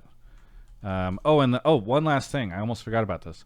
We're gonna do giveaways. They said that they'd give away, was it 2 or 3? 3. It's only for U.S. and Canada. Unfortunately, if you're outside, I apologize, but we're gonna draw them right now. The word is gummy with a Y. So if you type gummy with a Y, I'll draw 3 of those right now while Mark goes off to grab the next caller. But gummy with a Y, I'll draw it in just a second. Mark is off. Okay, closing in 3, 2, 1. I need Nightbot to refresh. Come on, Nightbot. Come on. Why is it not refreshing? Oh, there we go. Okay, we're rolling it. The first winner is Big Angry Hobo. Big Angry Hobo. They're going to reach out to you in the chat to get you in. Our caller is here. I'm going to roll this 2 more times. Congrats to Big Angry Hobo. Ben 10 in the chat with 3 N's on both the Ben and the 10. Congratulations. And then Nick 3570. So congratulations to all you for the win on the VPN Bytes. Awesome stuff. Thanks for sponsoring the show. We love you guys. Okay, McKalen is here. McKalen, where are you calling from? Or is it much McKalen? like the LC McKalen, you're right. Okay. Much like the LCS, much like the LCS should, I just moved to Chicago. Oh God. All right. Hey, it was great having you on the show. Is there anything you want to shout out? Where are you calling from? Or sorry, what do you want to talk about? I think Dninetv is looking pretty good. They're looking really strong. They have a really good skill floor, and I think they'll probably finish top 4 in the LCS. But I think they're doomed when playoffs come around, and they're not going to make Worlds. Okay, why do you think that's the case? Like I said, I think they have a really high skill floor, which puts them like ahead of a lot of the teams in the league just right away. Like Golden Guardians and Immortals and even CLG at this point are all looking like they are just a lot weaker coming into the split. So it's going to take them longer to hit the ground running. Whereas Dninetv has got some synergy because they came in with a very similar team as the last split. And Dardoch's skill level and Avromil's skill level are enough to kind of help guide them along. But yeah, I think so. That's why I think they'll finish top 4 probably in the LCS. I also think they're knocking out Team Liquid. Okay, you think they'll finish top 4 in playoffs? You're saying? No, I'm just talking regular season. Okay, you said knock out Team Liquid, so that's where I was confused. I meant knock Team Liquid out of the top 4. Oh, I see. Okay. So Okay. Team Liquid starts to descend, and then why do you said you don't think that they're going to do well in playoffs, if I recall? Yeah, I think, like I said, their one big strength is their skill floor. That's really all they've got going for them. I don't think they have the skill ceiling necessary to go 5 games against Perks on C9 or even like Huni on TSM. Like there are teams that and like Bjergsen's coaching from TSM. Like there are teams that are just better suited for best of fives. And also, I think any team with Dardoch is doomed in a best of 5 situation because he mental booms his whole team every time. I mean, he made the third, fourth place match before a bunch of times. Actually, he's carried them sometimes. I know, but So- when you look at his playoff record, like over the last, if you look on LOL Pedia or LOL fandom, like in the last 10 splits, he's 4-9 in the playoffs or something like that. I'm not going to fight you that, he's had some bad playoffs. The only thing I'm saying is he can make top 3 and qualify for Worlds. He's gotten top 3 a couple times, I'm pretty sure. So, Well, not saying it's likely, just saying it's not impossible. I'm saying because the skill ceiling is not high enough from players like Soligo and Fake God. Yeah, I think what's going to happen is they're not going to play, like Soligo's not going to match up 5 games in a row against Perks, and it's going to piss off Dardoch, and that starts the like the game against 100 Thieves, game 3 against 100 Thieves in the playoffs last, like during the midseason showdown or whatever it was called, where he just ran it down emoting on Udyr. I mean, yeah. I will say, go ahead, Afro talked about. Can I help you? Can I Usually you don't want to go first normally. I feel like you want me to take it. So What? Why would I ever want you to take anything from me? 176 episodes in, Mark and I are building our synergy still. Still figuring it out. I think so. I don't know where I heard this, but someone was talking to Afro, and he had said that a lot of the team was pretty green in best of fives. Like talk about Soligo, you talk about Fake God, and even Neo. Like I think that they. I mean, I don't know how much. I'm part of me is just relaying this, not me saying I 100% believe it, but like that they struggled with their best of 5. They obviously didn't show well in that best of 5. They got absolutely slammed. And I think that was a big vindication for a lot of people who are Dignitas doubters. But if you do want to give them that like little bit of wiggle room, that like, hey, 3 of your 5 players have basically never played in a big series on the LCS stage, like fair enough. I think I'm still on the Dignitas doubter train. I think the picture you're painting is one that I'm pretty closely aligned with, where they seem to get along well enough and do well enough in the regular season, where teams that are testing things, are struggling, making mistakes, they're good enough to punish. A lot of their games are crazy, and I think that's one of the reasons people doubt them, but I think that is one of their strengths, is that like this is a team that's never really 100% out of the game. If you do something dumb, they might punish you for that. They have pretty good team fighting. Individual laning seems a little bit weak, so they often have to fight from even or even a little bit behind, which kind of sucks. Like to your point, in the best of 5, if you're starting 5 games, down in general 1,000 gold against no longer the Alpharis of the world, but the Jensens, the Perks, the Abbedagges, PoE maybe, like that is pretty tough if the whole team is going to just be generally down pressure and stuff. And I think by then, when people start, like generally speaking, playoffs slow down, people start making less mistakes. There'll be less things for Dignitas to punish. So I'm with you. I see a potential top 4 finish depending on how bad these 2 TL and C9 slump. Otherwise, I think they're probably 5th outside of TSM and 100 Thieves. But yeah. I'm with you, Paul, for the most part. It's yeah, I'm pretty much there with you, and part of the reason I'm with you is because you can see it literally in this past weekend. Like you said, they're going to be top 4. They lost to 100 Thieves, who I believe you would probably place in the top 4 if you think TL's not in it anymore. And then they beat FlyQuest and EG, and it's like a very common thing I feel like in the LCS for us to have that one team that like actually hangs out near the top because they can just sort of float above above everything else, but never really make it into the, maybe they'll drop a game somewhere and then they'll take a game off of C9 or something like that, especially as the C9 might be a little vulnerable right now. But I kind of buy the idea of like, and then they just don't end up. I think one interesting question is like, would you bet on 100T or Dig to make it to Worlds if you could only pick one? And 100 Thieves, 5 times out of 5. Right. And so I that's kind of where I'm at too, is like, it's tough in a world where we are suggesting, like, a lot of people are as they're kind of like, oh, I'm going to change up my predictions. I'm going to guess that 100T makes it instead of like, previously it was TSM. I feel like after this weekend now everybody's going to throw TL or C9 under the bus. But I think 100T is that kind of, that team that it's going to, if you predict somebody to sneak in, you probably predict them over Dig. And so I think I'm right there with you.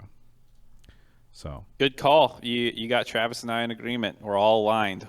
Well, is that a hot take then? If you guys agreed with me, was this? I don't think it's that hot. I think you're kind of predicting a continuation of what happened in spring, right? Like that is kind of what Dig has been. I will say last split I did not believe in them that much in the beginning because Dig, as an org, has, even for some reason under different ownership or whatever, they've often had we start off really strong and then we fall off towards the end.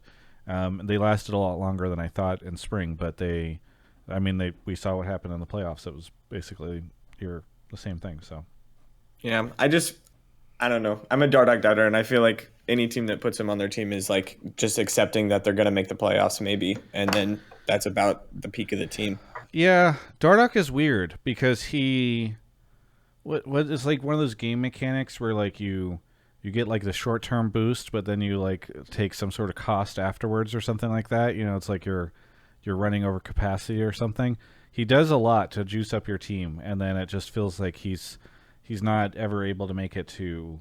I mean, he's never been to Worlds, right?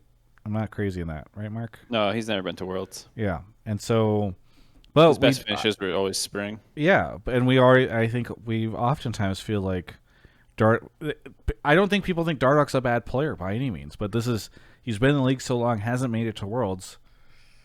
Tough situation, I would say. So hopefully this year it happens for him and we're proven wrong, because I like him and I feel. Can you imagine Dardoch shit talking people at the beginning of group stage or something? I mean, that would be fun. The only players I ever see him shit talk are his own teammates. Like, not publicly, but like that's what it seems like. Is that where he's? He talks mad shit in a good way. Did you watch see the ProView tweets that came out this weekend? The XDs. Yeah, he was XDing all over them. Yeah.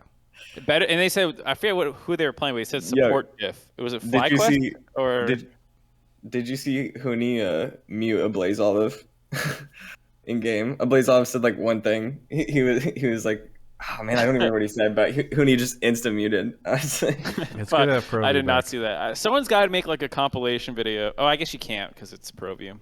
Bummer. No, actually, so you might be able to. I need to check with Riot, but they let content creators do a little bit of stuff with that. Clips. Yeah, as long as you're using it in a like thoughtful way. I don't know if Sherman's still here. Well, then you should look up paying some random schlep intern online to collect the best of ProView's honestly insults. Not a bad idea. I'll see if I can get permission. It would behoove Riot to want that because it would help create some spiciness. Push people. Yeah. Unfortunately, now that I've said that, they will probably just do it themselves and turn it into a social piece of content. So, Danon says that Olive said "good fight" after a few fights and got muted. Nice. Oh, he said nice team fight. The tone matters a lot because if Huni just fucked up the team fight and Olive said nice team fight, then that's different. Yeah. I don't know. It really depends on the context there. Sherman. All right. So here's a cool question. Dardoch narratives are outdated, TBH, from Meki in Twitch chat. Meki409. Are the Dardoch narratives outdated? I don't have what would stop them from being that narrative? Like what has happened? I think like, do we all agree that Game 3 of the series versus 100 Thieves was kind of toxic? I don't know. I mean, it's hard when they're not. I don't know.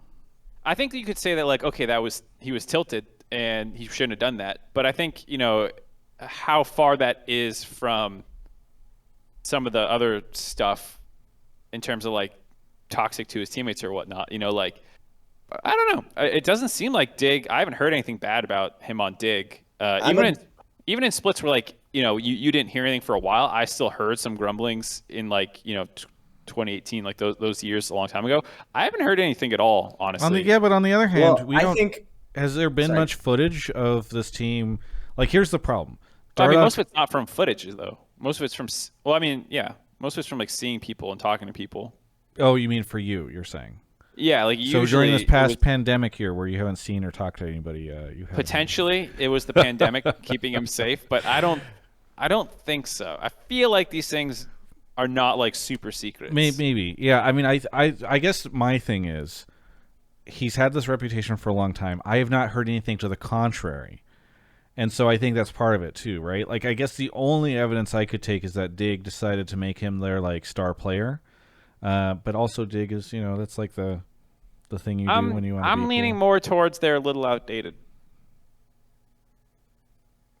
When I start to hear people praise him for his good attitude, his positive energy, and what he's doing for the team. All right, those are when it's bullshit. I feel like, when like Immortals is putting their stuff out, when he was on Immortals for a little bit, or like some of those ones where they're like, no. What? I think one of the reasons that it seems like they're kind of outdated is because when they left TSM never came out and specifically said that he was getting kicked for attitude issues, even though a lot of people knew that's what it was. But a lot of his previous teams did say that it was attitude issues. So from the outside, it looks like he hasn't been kicked from a team for attitude issues for a very long time. But I think that's just because TSM was respectful enough until the Lena fuck up. Or sorry, I'm sorry, the Lena mistake. You can swear. You're fine. It's fine.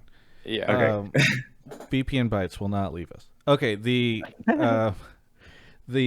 thing that I was gonna say here is, like, if you are a team and you pick up Dardoch, and everyone in the world goes, "Why are you picking up Dardoch? He's so toxic. He's gonna get kicked from the team." And why would you then later on be like, "Oh, by the way, it turned out that Dardoch was toxic," to our surprise, and so we've decided to like move on? I think. Oh, go ahead.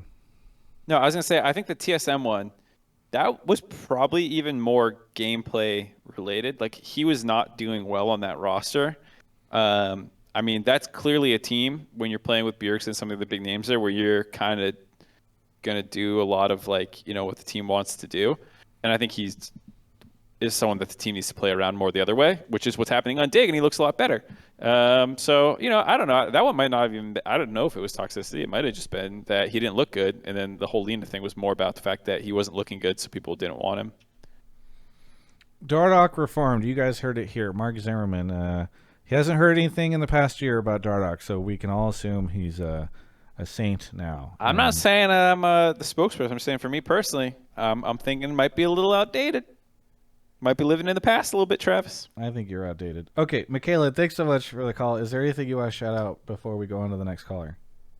I've been watching LCS since the beginning, and I think this weekend has been some of the best content I've ever seen from the LCS team. So I'm really excited to see where this goes. I'm hoping to see some like TSM C9 old school clips. I'm hoping to see some stuff about CLG EU, and like there's a lot of teams that I don't know a ton about.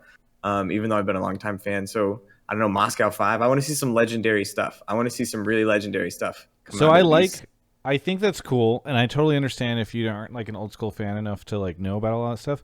My only concern is I want this content to serve building the new players. Like that, my biggest concern with replay files is I don't want it to be like, by the way, TSM and CLG used to be this rivalry, and CLG was really relevant, and like here's Andy Din and Hotshot GG like talking about stuff. Like, the thing I enjoyed about this past episode was that it was able to show 4 players. I mean, Alphari unfortunately didn't make it to that day, but 4 players that were in the LCS this weekend, and you were able to get interviews with them, and it added a lot of like context and like it showcased them, and I thought that was really good. I totally get your desire. I just, at a time where I personally think we need to be building the players that are currently in the LCS, I don't want to hear about like how Doublelift was part of CLG and then it was crazy because he joined TSM. Well, hey, Wild Turtle is still in the LCS. And so is Pobelter. And so is Stixay. Hell yeah. And Yeah, Afromo. Tell me about those CLG days when they won their first championship at MSG. Fuck you, Travis. That's a good story. I mean, it Corey is a good Smithy story. should We've be. told that story before. So a lot of people don't do like the churn for the LCS is actually a lot higher than people realize, year over year. I don't know if I'm supposed to say what it is, but I'd say it's more than I thought before I learned what it was. And so there's probably actually a non-negligible portion of the viewer base who has no fucking clue what happened 5 years ago. Okay, if the MSG stuff can tell the story of CLG versus TSM, and it's actually the players that are currently on the LCS, I just don't want to end up in a situation where the majority of the players that are being interviewed about it are not in the LCS right now. It is a fair point that like Stixay's in the league still, and Wild Turtle is in the league, and Afro, and Pobelter, everyone but Double Lift on that CLG lineup. Yeah. I will say for this, I think replay files, if it's only old stories, then I'd be a little disappointed. But I don't think just because like someone doesn't know about the first split of the LCS that it shouldn't be done because none of those players are playing. Like, I think the story of GGU and like Shifter and like coming out of nowhere in that first split to challenge, TSM or whatever, that was a pretty cool story. If you want to get those guys and tell it, like, sign me up. As long as not every single one is like that, to your point. Like, some more recent ones would be good. But the name Replay Files does indicate more history-based. A Kara in the Twitch chat, this will be my Mark Zimmerman Twitch chat moment. A Kara in the Twitch chat says, very ignorant to ignore LCS history and act like that won't help draw interest into current state. Give me some drive to survive vibes. Okay. You're ignorant. Listen, A Kara. I don't think I am ignorant.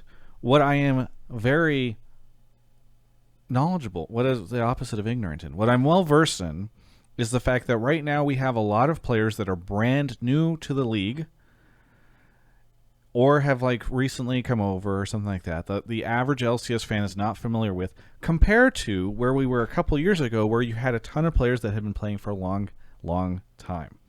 We had an over 50% churn rate year over year from last spring to this spring. And so I get that history is helpful. You know what else is really important? Actually making people care about these players. So that when I go to interview them, people watch the interview and care about it. So that whenever they're competing, people cheer for them. So that whenever they're doing players are doing sponsor content, people are watching the sponsor content.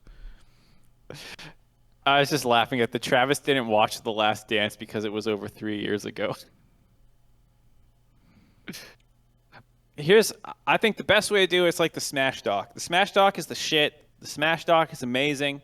It told like the history of the scene while also leading into like the current, like vaguely current events from people who are still competing. I mean, obviously this isn't going to be a linear thing with replay files because it's episodic that kind of hops around. But I think the overall idea, I mean, you know what a great replay file would be? Any of the fucking OPL stuff that happened with, now that we have like half our players in our league are from Oceania. Talk to me about the times that these players are faced off. I am ignorant to that. And like, these are a bunch of players that we're all trying to learn about.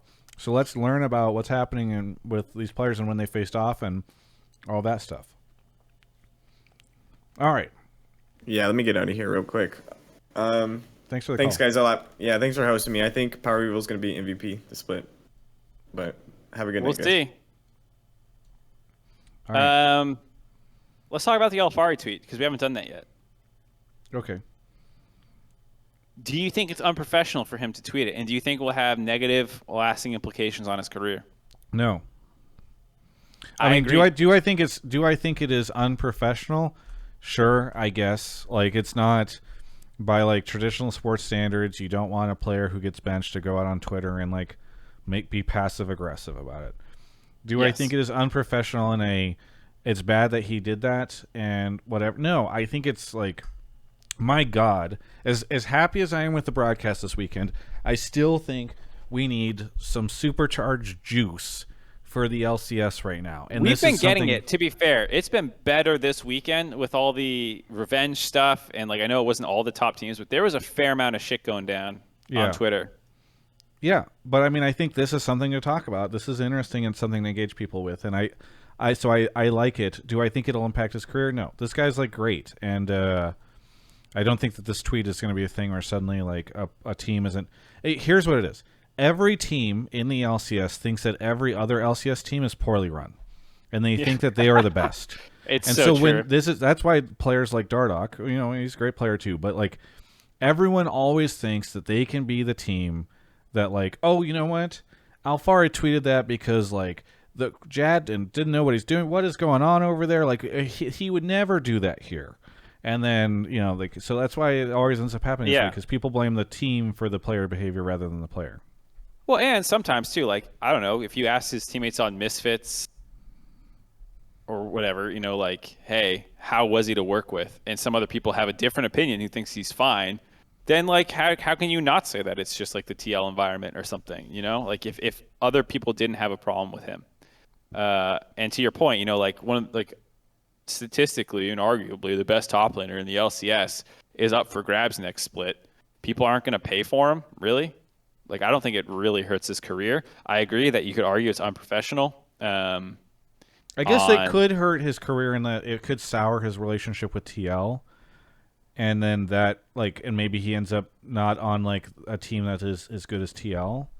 But yeah, but people also, like, leave teams and stuff. Like, Pobelter and, like, all the Team Liquid drama that happened when they were still cursed, like, between him and Steve. Like, a couple years later, Pobelter's back on Team Liquid, you know? Like, yeah, but it could have short-term effects, right? Jatt's certainly not feeling happy about this right now, I'm sure. Yeah, I'm sure he's fucking pissed. Yeah. And if you asked him, do you want to work with Alphari next year? I'm sure he's like, no. Yeah. But, short-term effects. Yeah. So, like, who knows exactly what happens still, but I don't think this is that, like, it's unprofessional in a, like, strictly business sense. If your coach, like, let's say hypothetically this wasn't planned, which is what he's implying, like, isn't it unprofessional for people to say that they've been planning to bench you for a while and then they didn't, and now you're just, like, passive aggressively defending yourself? Who knows? I don't know, but it is interesting. It's an interesting challenge, I think.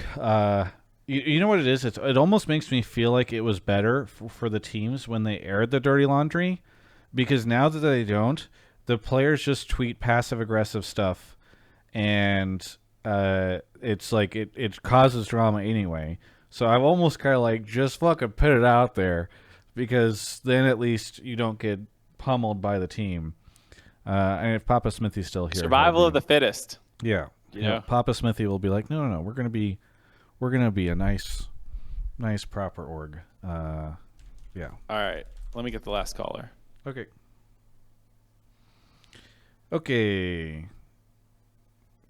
Joker can't spell. Hello. Joker can't spell in the chat with the Prime. Thank you. 12 months.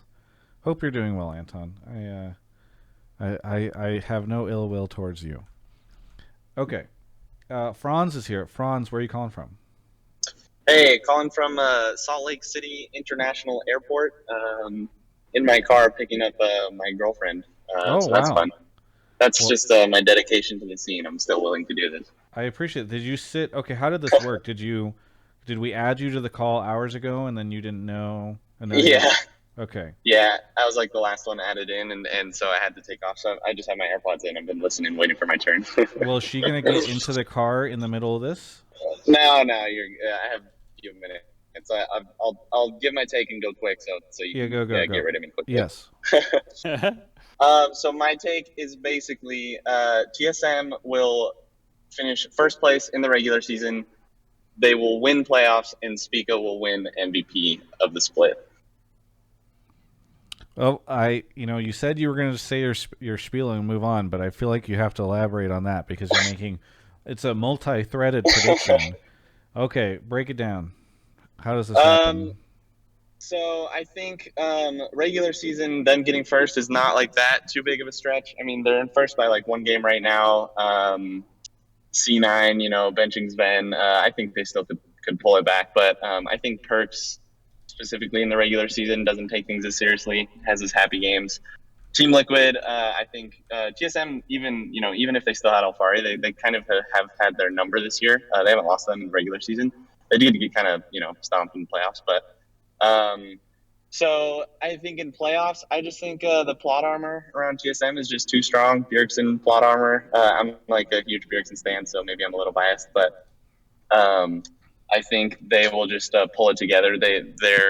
Their early games haven't been that clean, but their team fighting has been super good this last weekend, and I think they'll pull it together. And I think both Team Liquid and Cloud9, with their substitutions and internal issues, won't be able to handle it. Where was their plot armor in 2018 and 2019? Yeah, we don't talk about those years. Hey, 2019 spring wasn't that bad. We went to the finals, and then Ben kind of. Yeah, I don't know if you can say like. I would agree with you if TSM had maintained their we always go to Worlds path, but I think once that fell off, I think it's a tougher sell. All right, let's leave the history in the past and talk about the current. Yeah, fuck LCS history. We don't give a shit about esports history on this show. When we're analyzing a team's chances of winning currently, you're right. When we're telling a narrative story, you're wrong. Yep. I feel like after this weekend, I don't think this is that ridiculous of a take. I think Spica for MVP is a different thing we can get into, but I feel like TSM have a chance, better chance than they had in spring. I think the 100 Thieves, how good they are is I'm still more tepid about that because it was one good weekend. It was still one bad game in it versus TSM having a pretty good 3-0, as well as the fact that I've seen this TSM roster for the entirety of spring split. I've seen how bad they are and how much they've improved, or how bad they were, excuse me, from the very start of 2021 till now. And so like the idea that like, hey, they're still getting better and improving is something I can believe in, as well as the fact that like right now they're currently on top of the standings and like the rest of the league doesn't look like, oh shit, this is like an insane league, with what, like you said, what happened with TL and C9. There's no guarantee that they will go back to their spring levels. So I think with 100 Thieves, I want to see if they can continue to fix some of their issues that they had in spring, because those still showed a little bit in their first game, though I think the draft was also a little bit problematic. But if 100 Thieves put together some serious competition, then it's a pretty open race for winning. And I think TSM currently, I would say they're the favorite maybe. Do we think Blabber won't be able to secure MVP over Spica? Because I part of the thing I'm thinking about with the Spica MVP prediction is like the way that TSM played in spring, it was difficult. They did not end up getting very many players high up on the All-Pro compared to their other rivals in those positions. So I don't know. I think the Spica point, my problem with him probably getting MVP is that he is not really the focal point of the team. And this isn't a slam on him. It's more about like his intentional play style. He plays very well. I remember it was really close between him and Dardoch for my third all team. I don't remember who I ended up putting last split, but he is really good, but he's not like the Blabber play style focus kind of guy. And those are usually the ones who get MVP. The core JJs, the Perkses, the Alpharis, the Blabbers, the people who are like often defining their team's play style and handing them the most of their wins. If you ask me who is the biggest contributor in play style for TSM, I'd probably say PoE. They're a very team fight oriented team.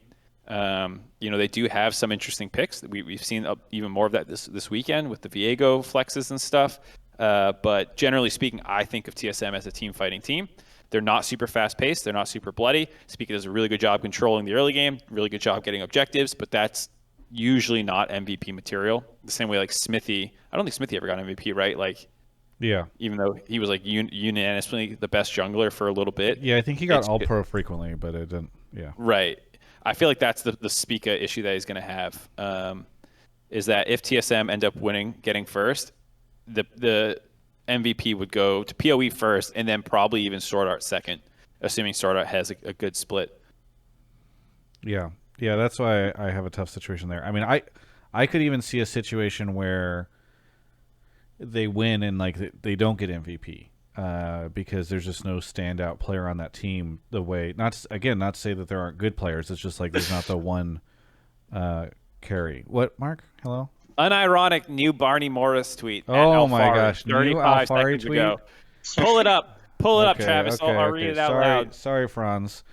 That's okay. You're good. Breaking news here. People DMing me about professionalism. There's one thing in this world I will not stand by and be silent about, and that's my undying passion for fast food.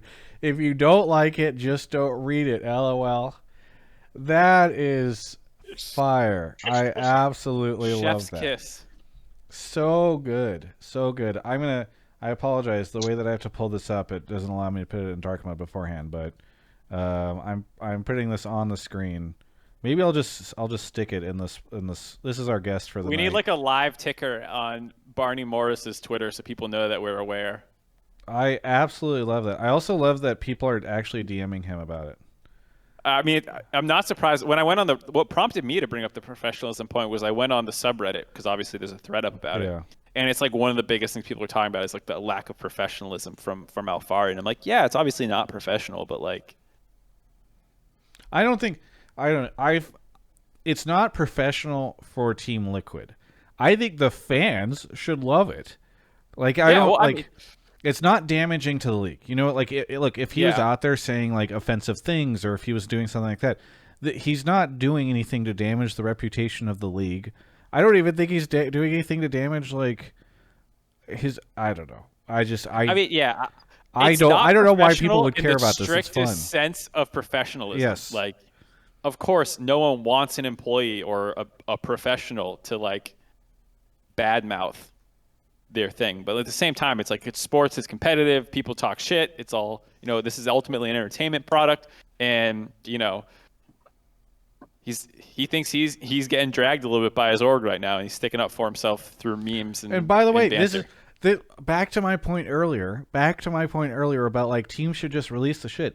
How does this work? Every time an org tries to say something, I feel like they make like a vague statement, and it almost pisses off. It seems like it pisses off the player even more, right? Like, I get Jatt didn't. I still don't understand why I didn't just interview Santorin the other day. But like, Jatt tried to be diplomatic, avoid things, and just said like a very vague statement. And like clearly Alphari is wanting some Chipotle tonight, I guess is what I would say. I don't know. I find this. I don't know why fans feel like they need to police stuff. I don't know. Franz, sorry, we're back. Is your girlfriend there yet? No, she's getting taxied in the plane right now, so we're good. We're chilling.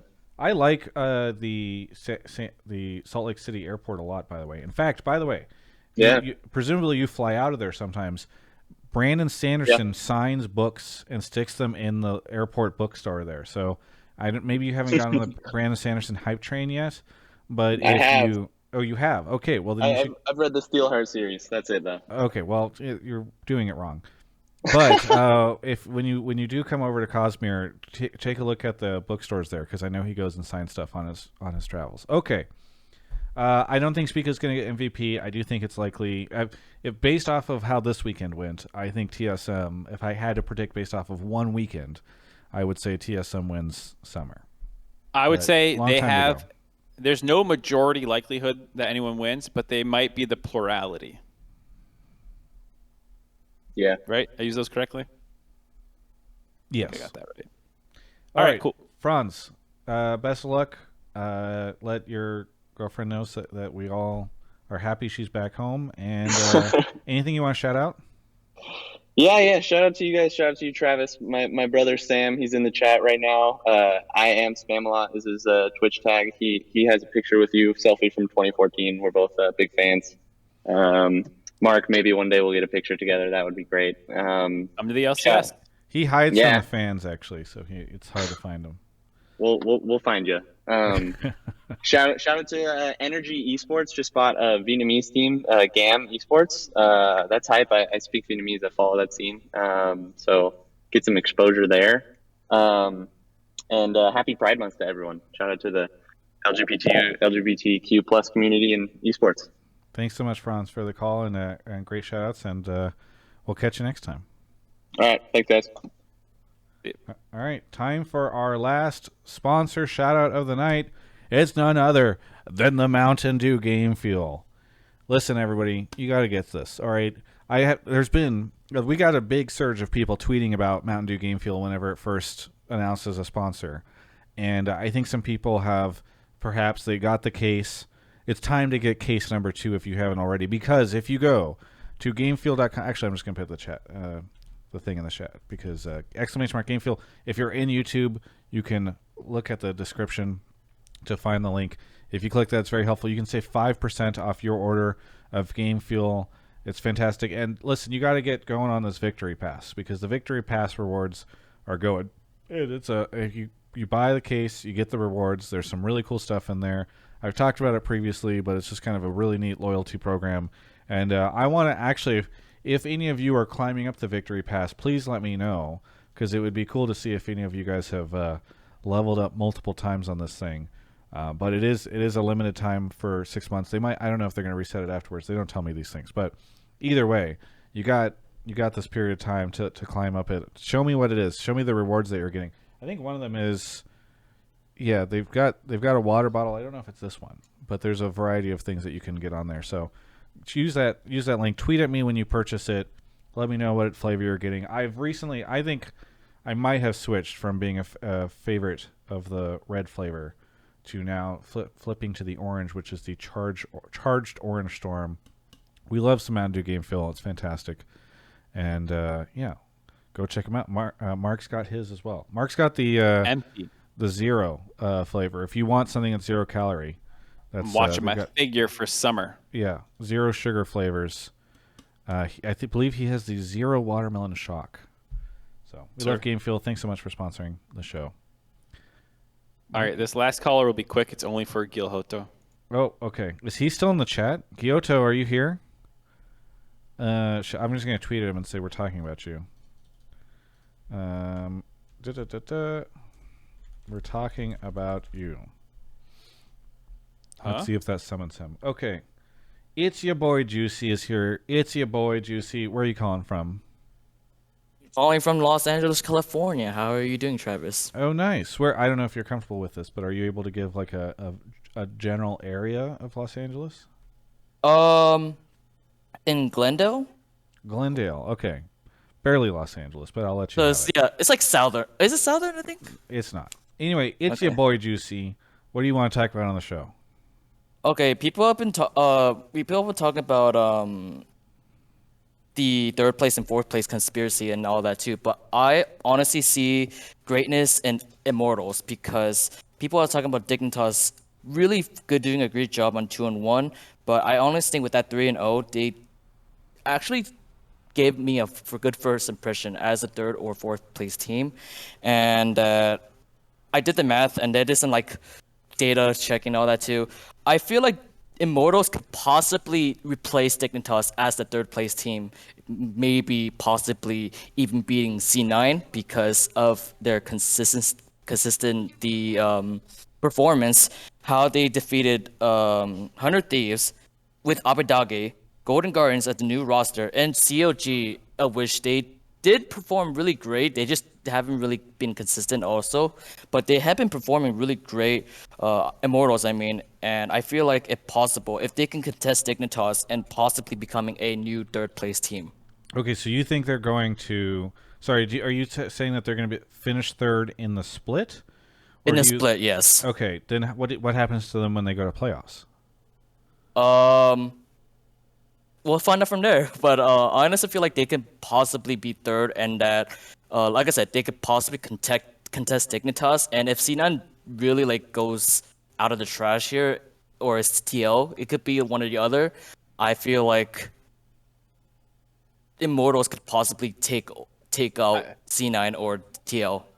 It's a hot enough take, Travis. He's saying they're getting 3rd in the regular season. You know, you're trying to push him for Worlds predictions. You know, just let him start. Well, here. I guess I'm saying okay, yes, fair enough. It's a hot take.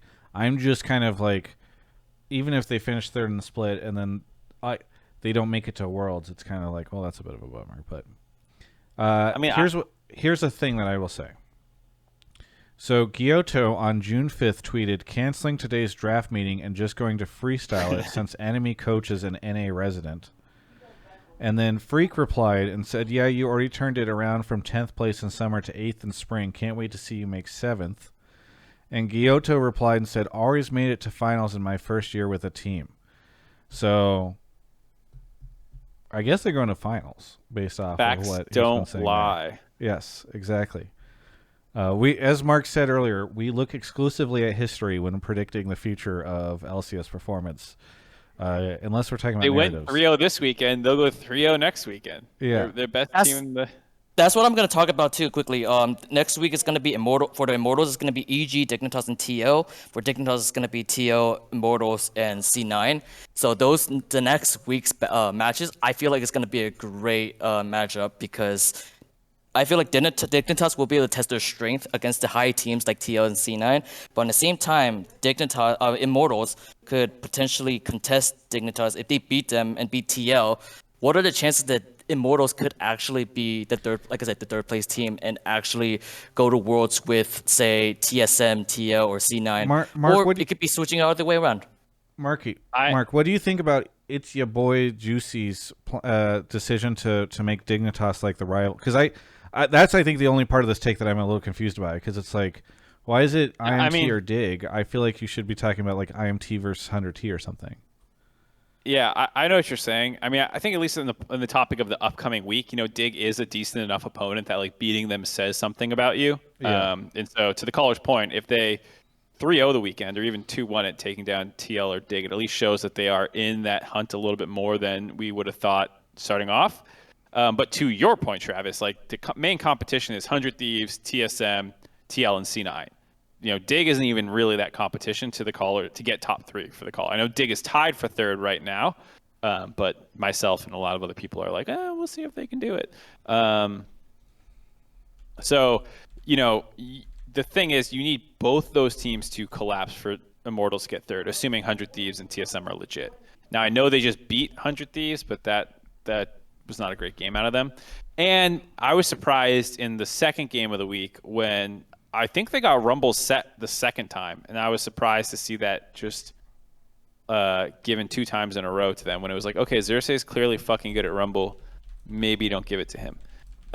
So kind of like I was talking about with 100 Thieves, where it's like they did similar things in a couple of their games. I felt like game 1 and game 2, I was like, holy shit. Game 3 was really impressive for how hard they popped off, but it was against CLG. Revenge is in chat. You always have to add the asterisks whenever it's CLG. He got slapped around by Finn's gangplank while it just sat back in this bot lane carry. Do you know that Ray set a record for the biggest gold lead at 15 in LCS history? He had 2 items completed at 15 minutes. So, Did Mark just talk shit like that and get away with it, says Revenge in the chat. And again, Wait, isn't Revenge on like drugs right now because he literally had his wisdom teeth taken out? Oh yeah, does Revenge even know what's happening? We need to get Revenge off of his computer before he's probably out of it. He's half awake right now. He says, don't test me right now. My God. You know what? Here's what I'll say. Sometimes that's the right thing to do. If your bot lane is winning that hard and you're Finn, or you're playing against the GP and you're the Viego, I totally would just nut hug my turd and be like, I'm going to win this game. I don't need to do anything. Take my hands off the keyboard, take a sip of Red Bull, wait for the wave to crash. Game Fuel. Yeah, Game Fuel. LCS is sponsored by Red Bull. That's my bad. It's okay. I know your loyalties are divided depending on who's paying you. Either way, I'm excited to see now all hell is broken out in the chat. Papa Smithy says, loving the free Chipotle advertising, hashtag ad, give it his 100 teeth thing. We've got Fiflaren from Dig, who's shit talking with Guilhoto. Revenge is on some drug-addled shit talking spree against Mark. That's like, I guess that's how it goes sometimes on the end of these things. Okay, wait, back to hang on. Hello, Guilhoto, how are you? You brought him on. What? What's up? Hello. So how are you guys doing? What's going to happen this weekend? You guys going 3-0? I don't know, man. Kind of choosing who to bench. Okay. You're trying to get in on Just the like meta. gonna like roll the dice. Okay. See Well, who's next. do you think it could be your top laner? Because I know that happened recently, so I don't know if you want to hop in on that. Nah, I'm Gucci. Okay. But, I mean, I don't know. It's just like the dice will say. The dice will say. Okay. The dice will say. Actually, I rolled the dice a month ago, so Okay. it was like kind of pre-planned. Ah. But like, I'll probably know. Like, I'll just only reveal it on Friday. Gotcha. Okay, so you rolled the dice, you stuck it under a cup, and then you haven't lifted the cup yet to find out who's going to get benched. Will you do it? So are you going to do it before the game on Friday, or are you going to wait until they've played the one game and then do it afterwards? Probably I'll just do it at like, I don't know, like 11 p.m. Friday or something like that Okay. after the game. Make sure you get a newspaper from a month ago when you decided to show that like you had this plan the whole time. You can't fake that. There's no way. Yes, That's exactly. true. So the Dig guys were talking some shit in the chat. How confident are you against for your game against them on Saturday? Is it on Saturday? Wait, Yes. we played Dig this week? Yeah. It's on Saturday. I checked Wait, too. is it another NA coach? Yeah, it's Jimmy. Okay. Jimmy Harrison. Yeah, then it's just like, I don't know, man. Not worried about the NA coaches. Okay. Only Nah, the import like- coaches that you're worried about. I don't know. If Reaper keeps drafting like that against us, I'll also stop worrying about him. Okay. Well, how about this? Dig not only has an NA coach, they have a full NA roster. So I don't know if that. Okay, that's actually more worrying. Because Oh, so far, okay. I've been beating other teams because I had more NA players than them. Gotcha. Okay. But that's actually... I should actually be worried from Dignitas now, actually. Okay. Well, we'll see what happens if the NA players can triumph over having an NA coach. So you're probably more scared of Team Liquid then too, since they just put in Bob Jenkins and he's NA instead NA of Alphari. player, yeah. Oh, shit. Oh, but they do have NA coach, so it's like... That's true. It's Jatt. So Yes. if they have the same, more or less, amount of NA players than me, but then the coach is NA, It's a free win. then I'm like... Then I don't need to do draft meeting. Okay. No draft meeting. All right, Guilhoto, thank you so much for calling in and providing your expert opinion. It's good to talk to you as always. So yeah, CLG was harder than 100 Thieves, Mark, by the way. See ya. So Guilhoto was preaching some restraint around the 100 Thieves hype. Yeah. There you go. Exactly. Okay. It's your boy Juicy.